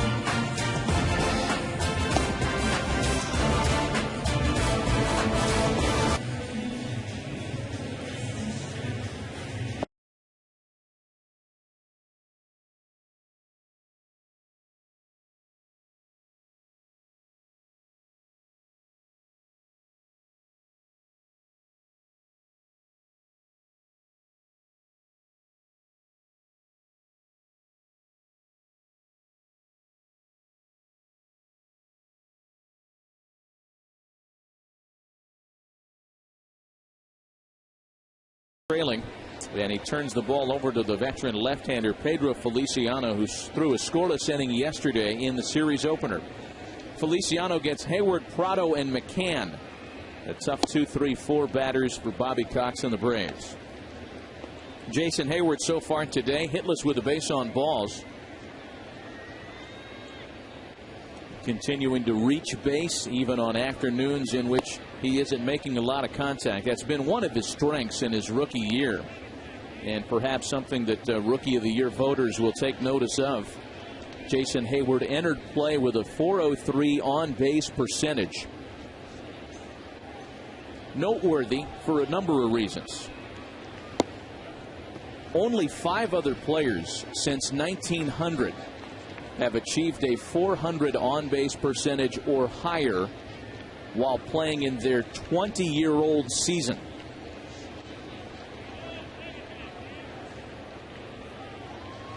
The idea being that young hitters are often too anxious and go out of the strike zone to make contact. Contact here that'll land in the glove of Carlos Beltran, 1 away. Hey, the National League pennant race is heading for a terrific finish in this October. The 4 best teams will collide in a month of final games filled with drama, excitement, and thrills to see who advances to the World Series. Coverage of baseball's postseason returns October 16th with the NLCS, followed by the World Series only on Fox. Here's Martin Prado with 1 gone. We haven't rehearsed this. This was not a part of our rehearsed ad-lib format. As you see, Johnny Venters up in the bullpen for the Braves. But, Tim, you'll be Mike's side once again for the Fall Classic this year. Where are you booking your hotel reservations? I'd rather not think about that right now. 1 ball and 1 strike to Martin Prado. Well, the discussion certainly has been how good the Phillies have been down the stretch. And with that front 3 all lined up, and by the way, ready to face the Braves in a crucial 3-game series next week at Citizens Bank. Monday, Tuesday, and Wednesday. The Philadelphia fans really like the way the team is going here down the stretch. Well, I should say so. I think if Joe Buck and I made about 10 reservations, we'd be safe. A lot of moving parts, certainly in the wild card race in the National League. Lots to be determined in the American League as well. That pecking order between Tampa Bay and New York hardly locked in stone. Great play by David Wright to rob Martin Prado for round number 2. David Wright off the dime in time. Very nice play.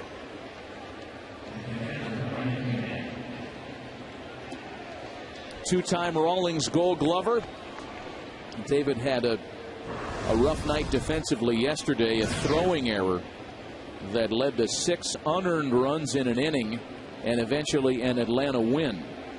Here's Brian McCann with 2 gone.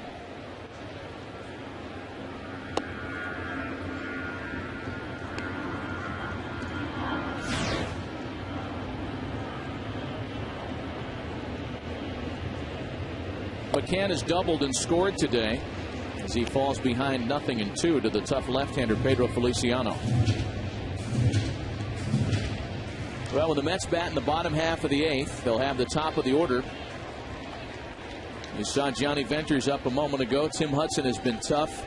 The Braves bullpen all year long has been extremely tough. McCann has rung up. Jose Reyes leads off the home 8th. We go that way with the Braves up a run.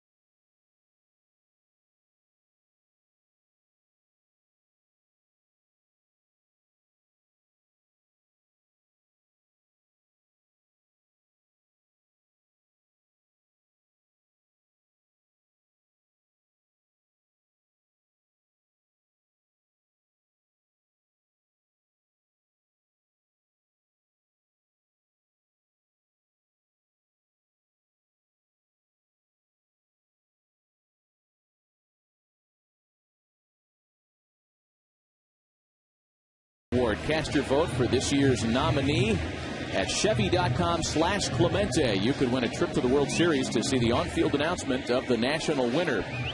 And these two candidates representing their two clubs, both Angel Pagan for the Mets and Brian McCann of the Braves, have played big roles this afternoon. Back with Tim McCarver, Matt Vasgersian, 3-2 Atlanta. And this one's now in the hands of the Braves bullpen as Jose Reyes will lead things off against the rookie left-hander Johnny Venters. Tough chance up the line, and that one just rolls foul. Boy, the Braves caught a break. Good decision, obviously, by Martin Prado. No chance to get Jose Reyes had this ball not trickled. Looked like it was going to stay fair all the way, but just at the last minute, rolls foul.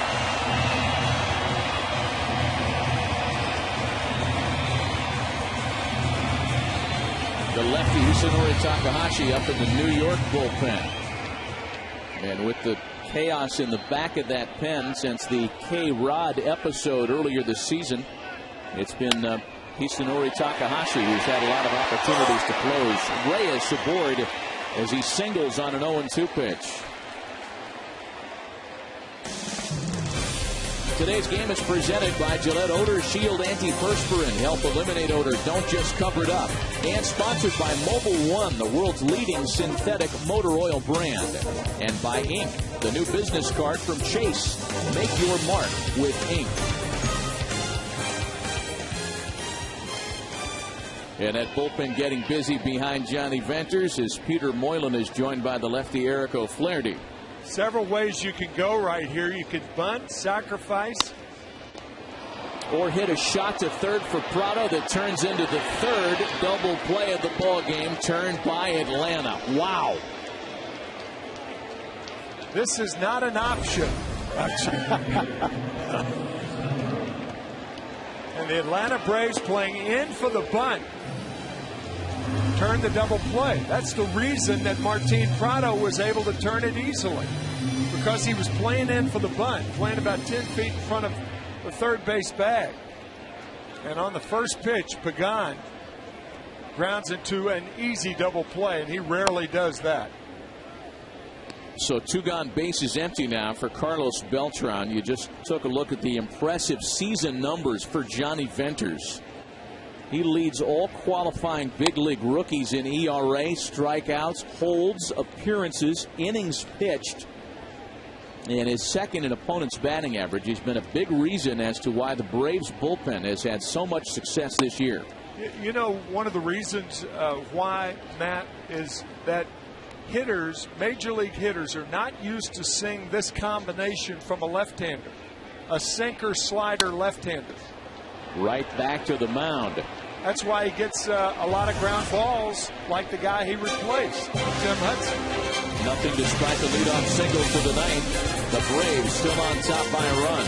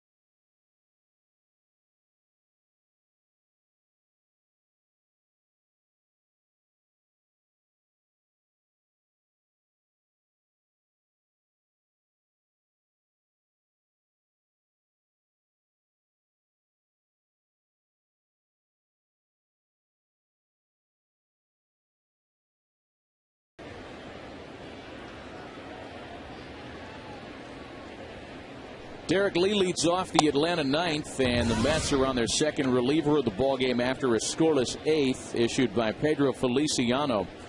Bobby Parnell makes his 41st appearance of the year here this afternoon. He'll get Derek Lee, Nate McLouth, and Alex Gonzalez. 3-2 Atlanta. The Braves have never trailed in this one so far today. And Atlanta trying to keep whatever pressure exists on the Philadelphia Phillies in play for their game later on tonight.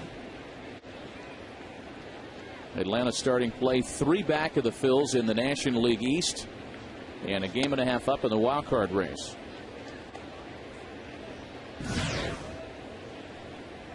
Speaking of former Phillies and former Mets, the hard-throwing left-hander Billy Wagner on to try to ready himself in sealing the deal a half inning from now.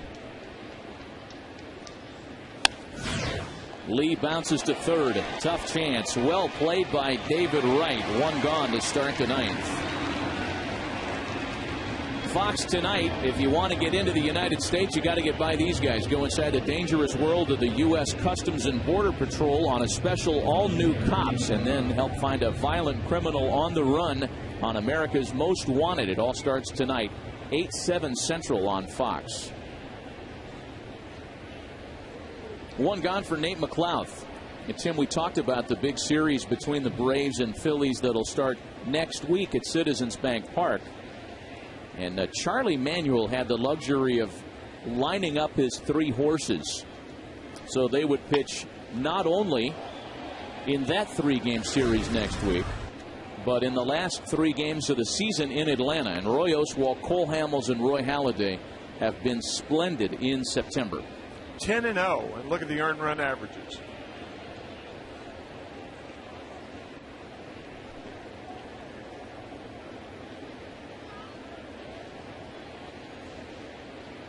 Oh, 1 to McLouth is fouled off into that same direction. Isanori Takahashi still up in the bullpen for the Mets. And we saw how good the Braves bullpen is a moment ago with Johnny Venters pitching an impressive 8th. As good as they've been, they're not sure they're at full strength at this point, though. Ken Rosenthal. Right, Matt. Takashi Saito, who has been a valued setup man for them all season, suffered a shoulder injury last night, had to leave the game. He's going back to Atlanta tomorrow, will be examined Monday. His status for the rest of the season is uncertain, but they're very deep, and they've got a rookie named Craig Kimbrell, who is a right-handed version of Billy Wagner, throws 97 to 99 with a knockout breaking ball. Watch for him in the final weeks. Braves bullpen, the second best relief ERA in the big leagues. Only the Padres pen has been stingier. Ken, thanks for that. And certainly that's not a piece they want to be without. Takashi Saito, former closer. They'd love to have him back for the stretch run. 2 balls and 2 strikes, the count to Nate McLouth.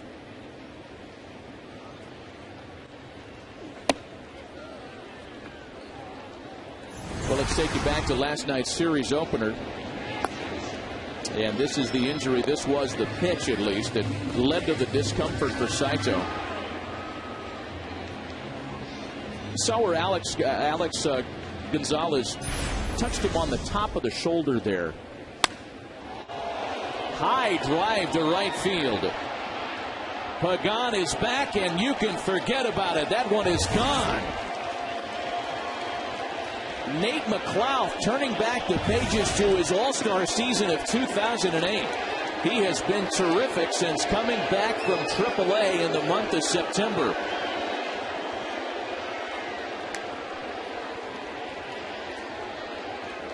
We were talking about it earlier. McLouth is vying for a spot on the roster if the Braves make it to the postseason. Ball right down the pipe, but not for long. McLouth clout.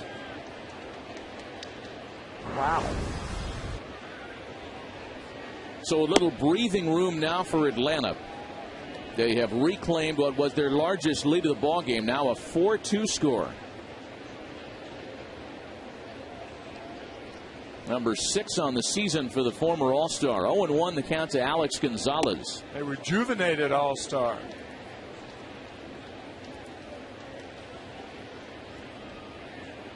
Tell you the one thing about the Braves, it's tough when you're playing a non-contender on the road in September because you have a quiet ballpark like Citi Field has been for the better part of this ball game. But when they go into Philadelphia Monday, Tuesday, and Wednesday, that will not be the problem. It will not be a quiet ballpark. No question. That's going to be an electric atmosphere in Philadelphia next week. Gonzalez reaches back and sends a shot out to center. Beltran looking up, and the Braves just miss back-to-back home runs as Gonzalez ball settles in at the top of the wall. A double for Alex Gonzalez.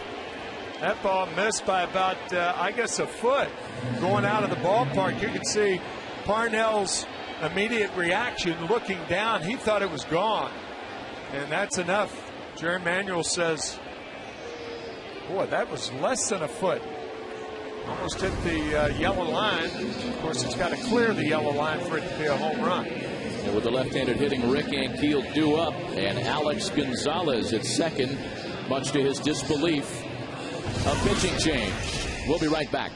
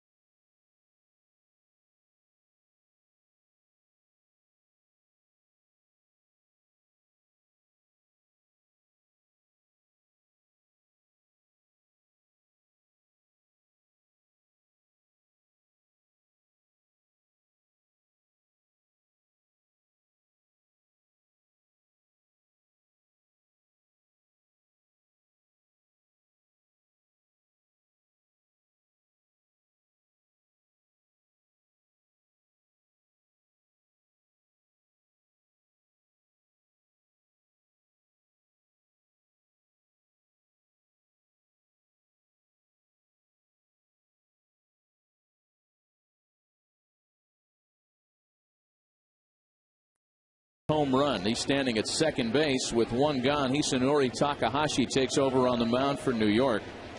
7 for 7 in save opportunities. This is not a save opportunity, clearly with the Mets down by 2.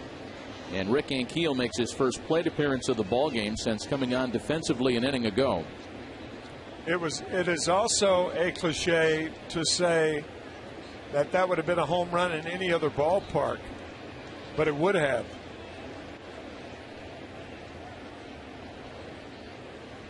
A 1-0 pitch home, and Ankiel fades a knuckler to shortstop. All kinds of funny English on that chance for Jose Reyes. 2 gone. Tricky grounder off the end of the bat by Ankiel, and Rick did not get out of the batter's box quickly enough, and Reyes makes a terrific play with that strong throw. You can see a lot of times when hitters they have to take that full swing, they spin a little bit in the batter's box, and that could have cost Ankiel an infield hit. The pinch hitter will be Troy Glaus, and those numbers indicate the wild disparity that he's had to deal with this year in early season productivity and then hitting what looked like a statistical wall. We're taking another look. He's used as a bench option here today, and after the acquisition of Derek Lee, has been relegated to just that. 1 ball and no strikes rather to him, and now to 2-0. Since coming off the disabled list, Gloss 3 for 11 with an RBI. That covers 7 games. Infante waiting next.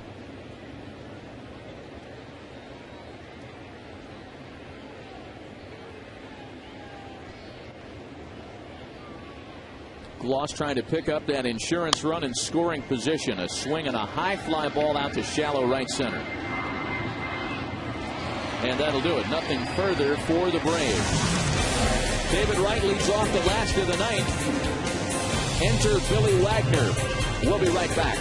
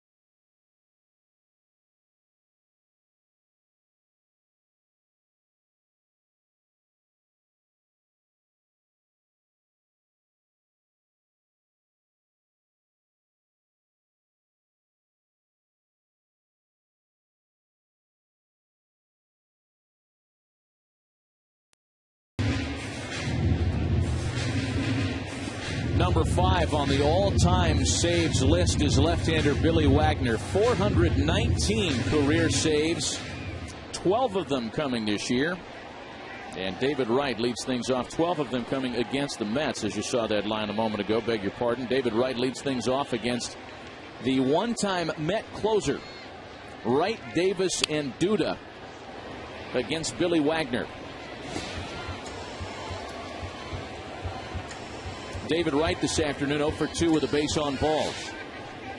In fact, this part of the Mets order only 1 hit for the day.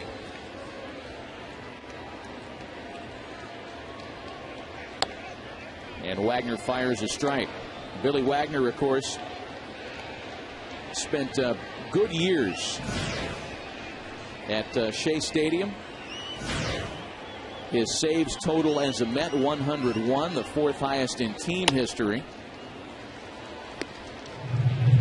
The majority of his career spent in the National League East, time with the Phillies, the Mets, now a Brave. And only one left-hander in Major League history has saved more games than Billy Wagner. Talking about another former Met, of course, John Franco. To 2-2 now. And Billy may be a guy who goes down in history as the hardest throwing retired player in the history of the game. He's going to retire at the end of this year, and he's still throwing BBs. Swing and a miss. 1 gone for Billy Wagner. High fastball. Billy is retiring to spend more time with his family. And I'll tell you, there's not much of a difference between Billy Wagner now and the Billy Wagner of 10 years ago.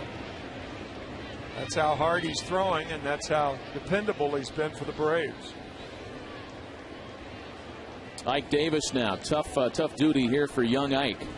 0 for 3, couple of strikeouts, and now he's got to make his 4th plate appearance of the game against Billy Wagner. He's picking that high fastball to start his swing. 0-1. Billy Wagner, yet another pitcher why the fans in Washington can be very optimistic with Steven Strasburg having Tommy John surgery. Billy Wagner had it. No real difference in the speed of his pitches now. That's why everybody's saying a little bit prematurely that Steven Strasburg, when he comes back, will not be the same pitcher. I don't agree with that. Not with what they're doing medically today. You saw Nick Evans waiting on deck a moment ago. A ball and 2 strikes to Ike Davis. You know, you talk about Billy Wagner's career years ago, Tim, and coming up as Houston Astros property, there was that great debate going on back then in the middle 90s. Is he a starter or is he a closer? Right. And one of the most valuable moments or spans in Billy Wagner's career came with the Astros, with the big league club, during the '98 season after Randy Johnson was acquired for their stretch run. And it was under Randy Johnson's tutelage that Billy Wagner refined what's turned into a filthy, dirty slider to kind of complete his arsenal, if you will. And so you had the guy with high 90 stuff, add that devastating unit-style slider, and then you have one of the greatest left-handed closers in the history of baseball. And also the very fact that the Astros obtained Randy Johnson that year, that eliminated all doubt as to whether Billy Wagner should be in the bullpen or not. So it was twofold, and that's how Wags ended up in the bullpen. It makes pitches like that and makes it tough on left-handed hitters late in the game. Good fastball right on the corner. 2 straight strikeouts for Wagner. You know, you watch him throw the ball this year, and he has been terrific. And whoever replaces Bobby Cox as Braves manager next season, you'd think that the first series of phone calls would be, hey, Billy, you sure you want to shut it down? Yeah. Here's Nick Evans representing the last chance for New York this afternoon. A reminder that should this one come to an end soon, we'll be sending you to bonus coverage between the Padres and the Cardinals in St. Louis. That's turned into a good one between San Diego and the Cardinals. And we'll send you out there for bonus coverage until the top of the hour. If Billy Wagner were Brett Favre, he'd play 10 more years.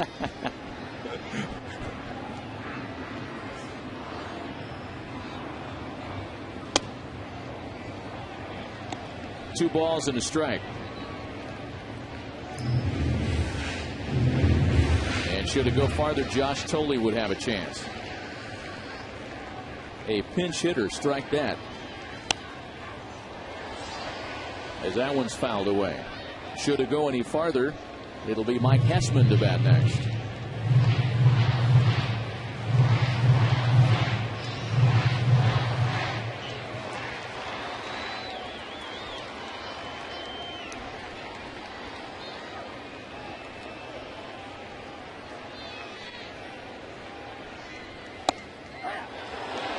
And a called strike 3, and that's how it ends this afternoon. Billy Wagner's 35th save of the season. He saves it on behalf of Tim Hudson, who finally puts his 3-game losing streak to bed. Hudson improves to 16-8. Wagner seals down the 9th. And the Atlanta Braves, regardless of what happens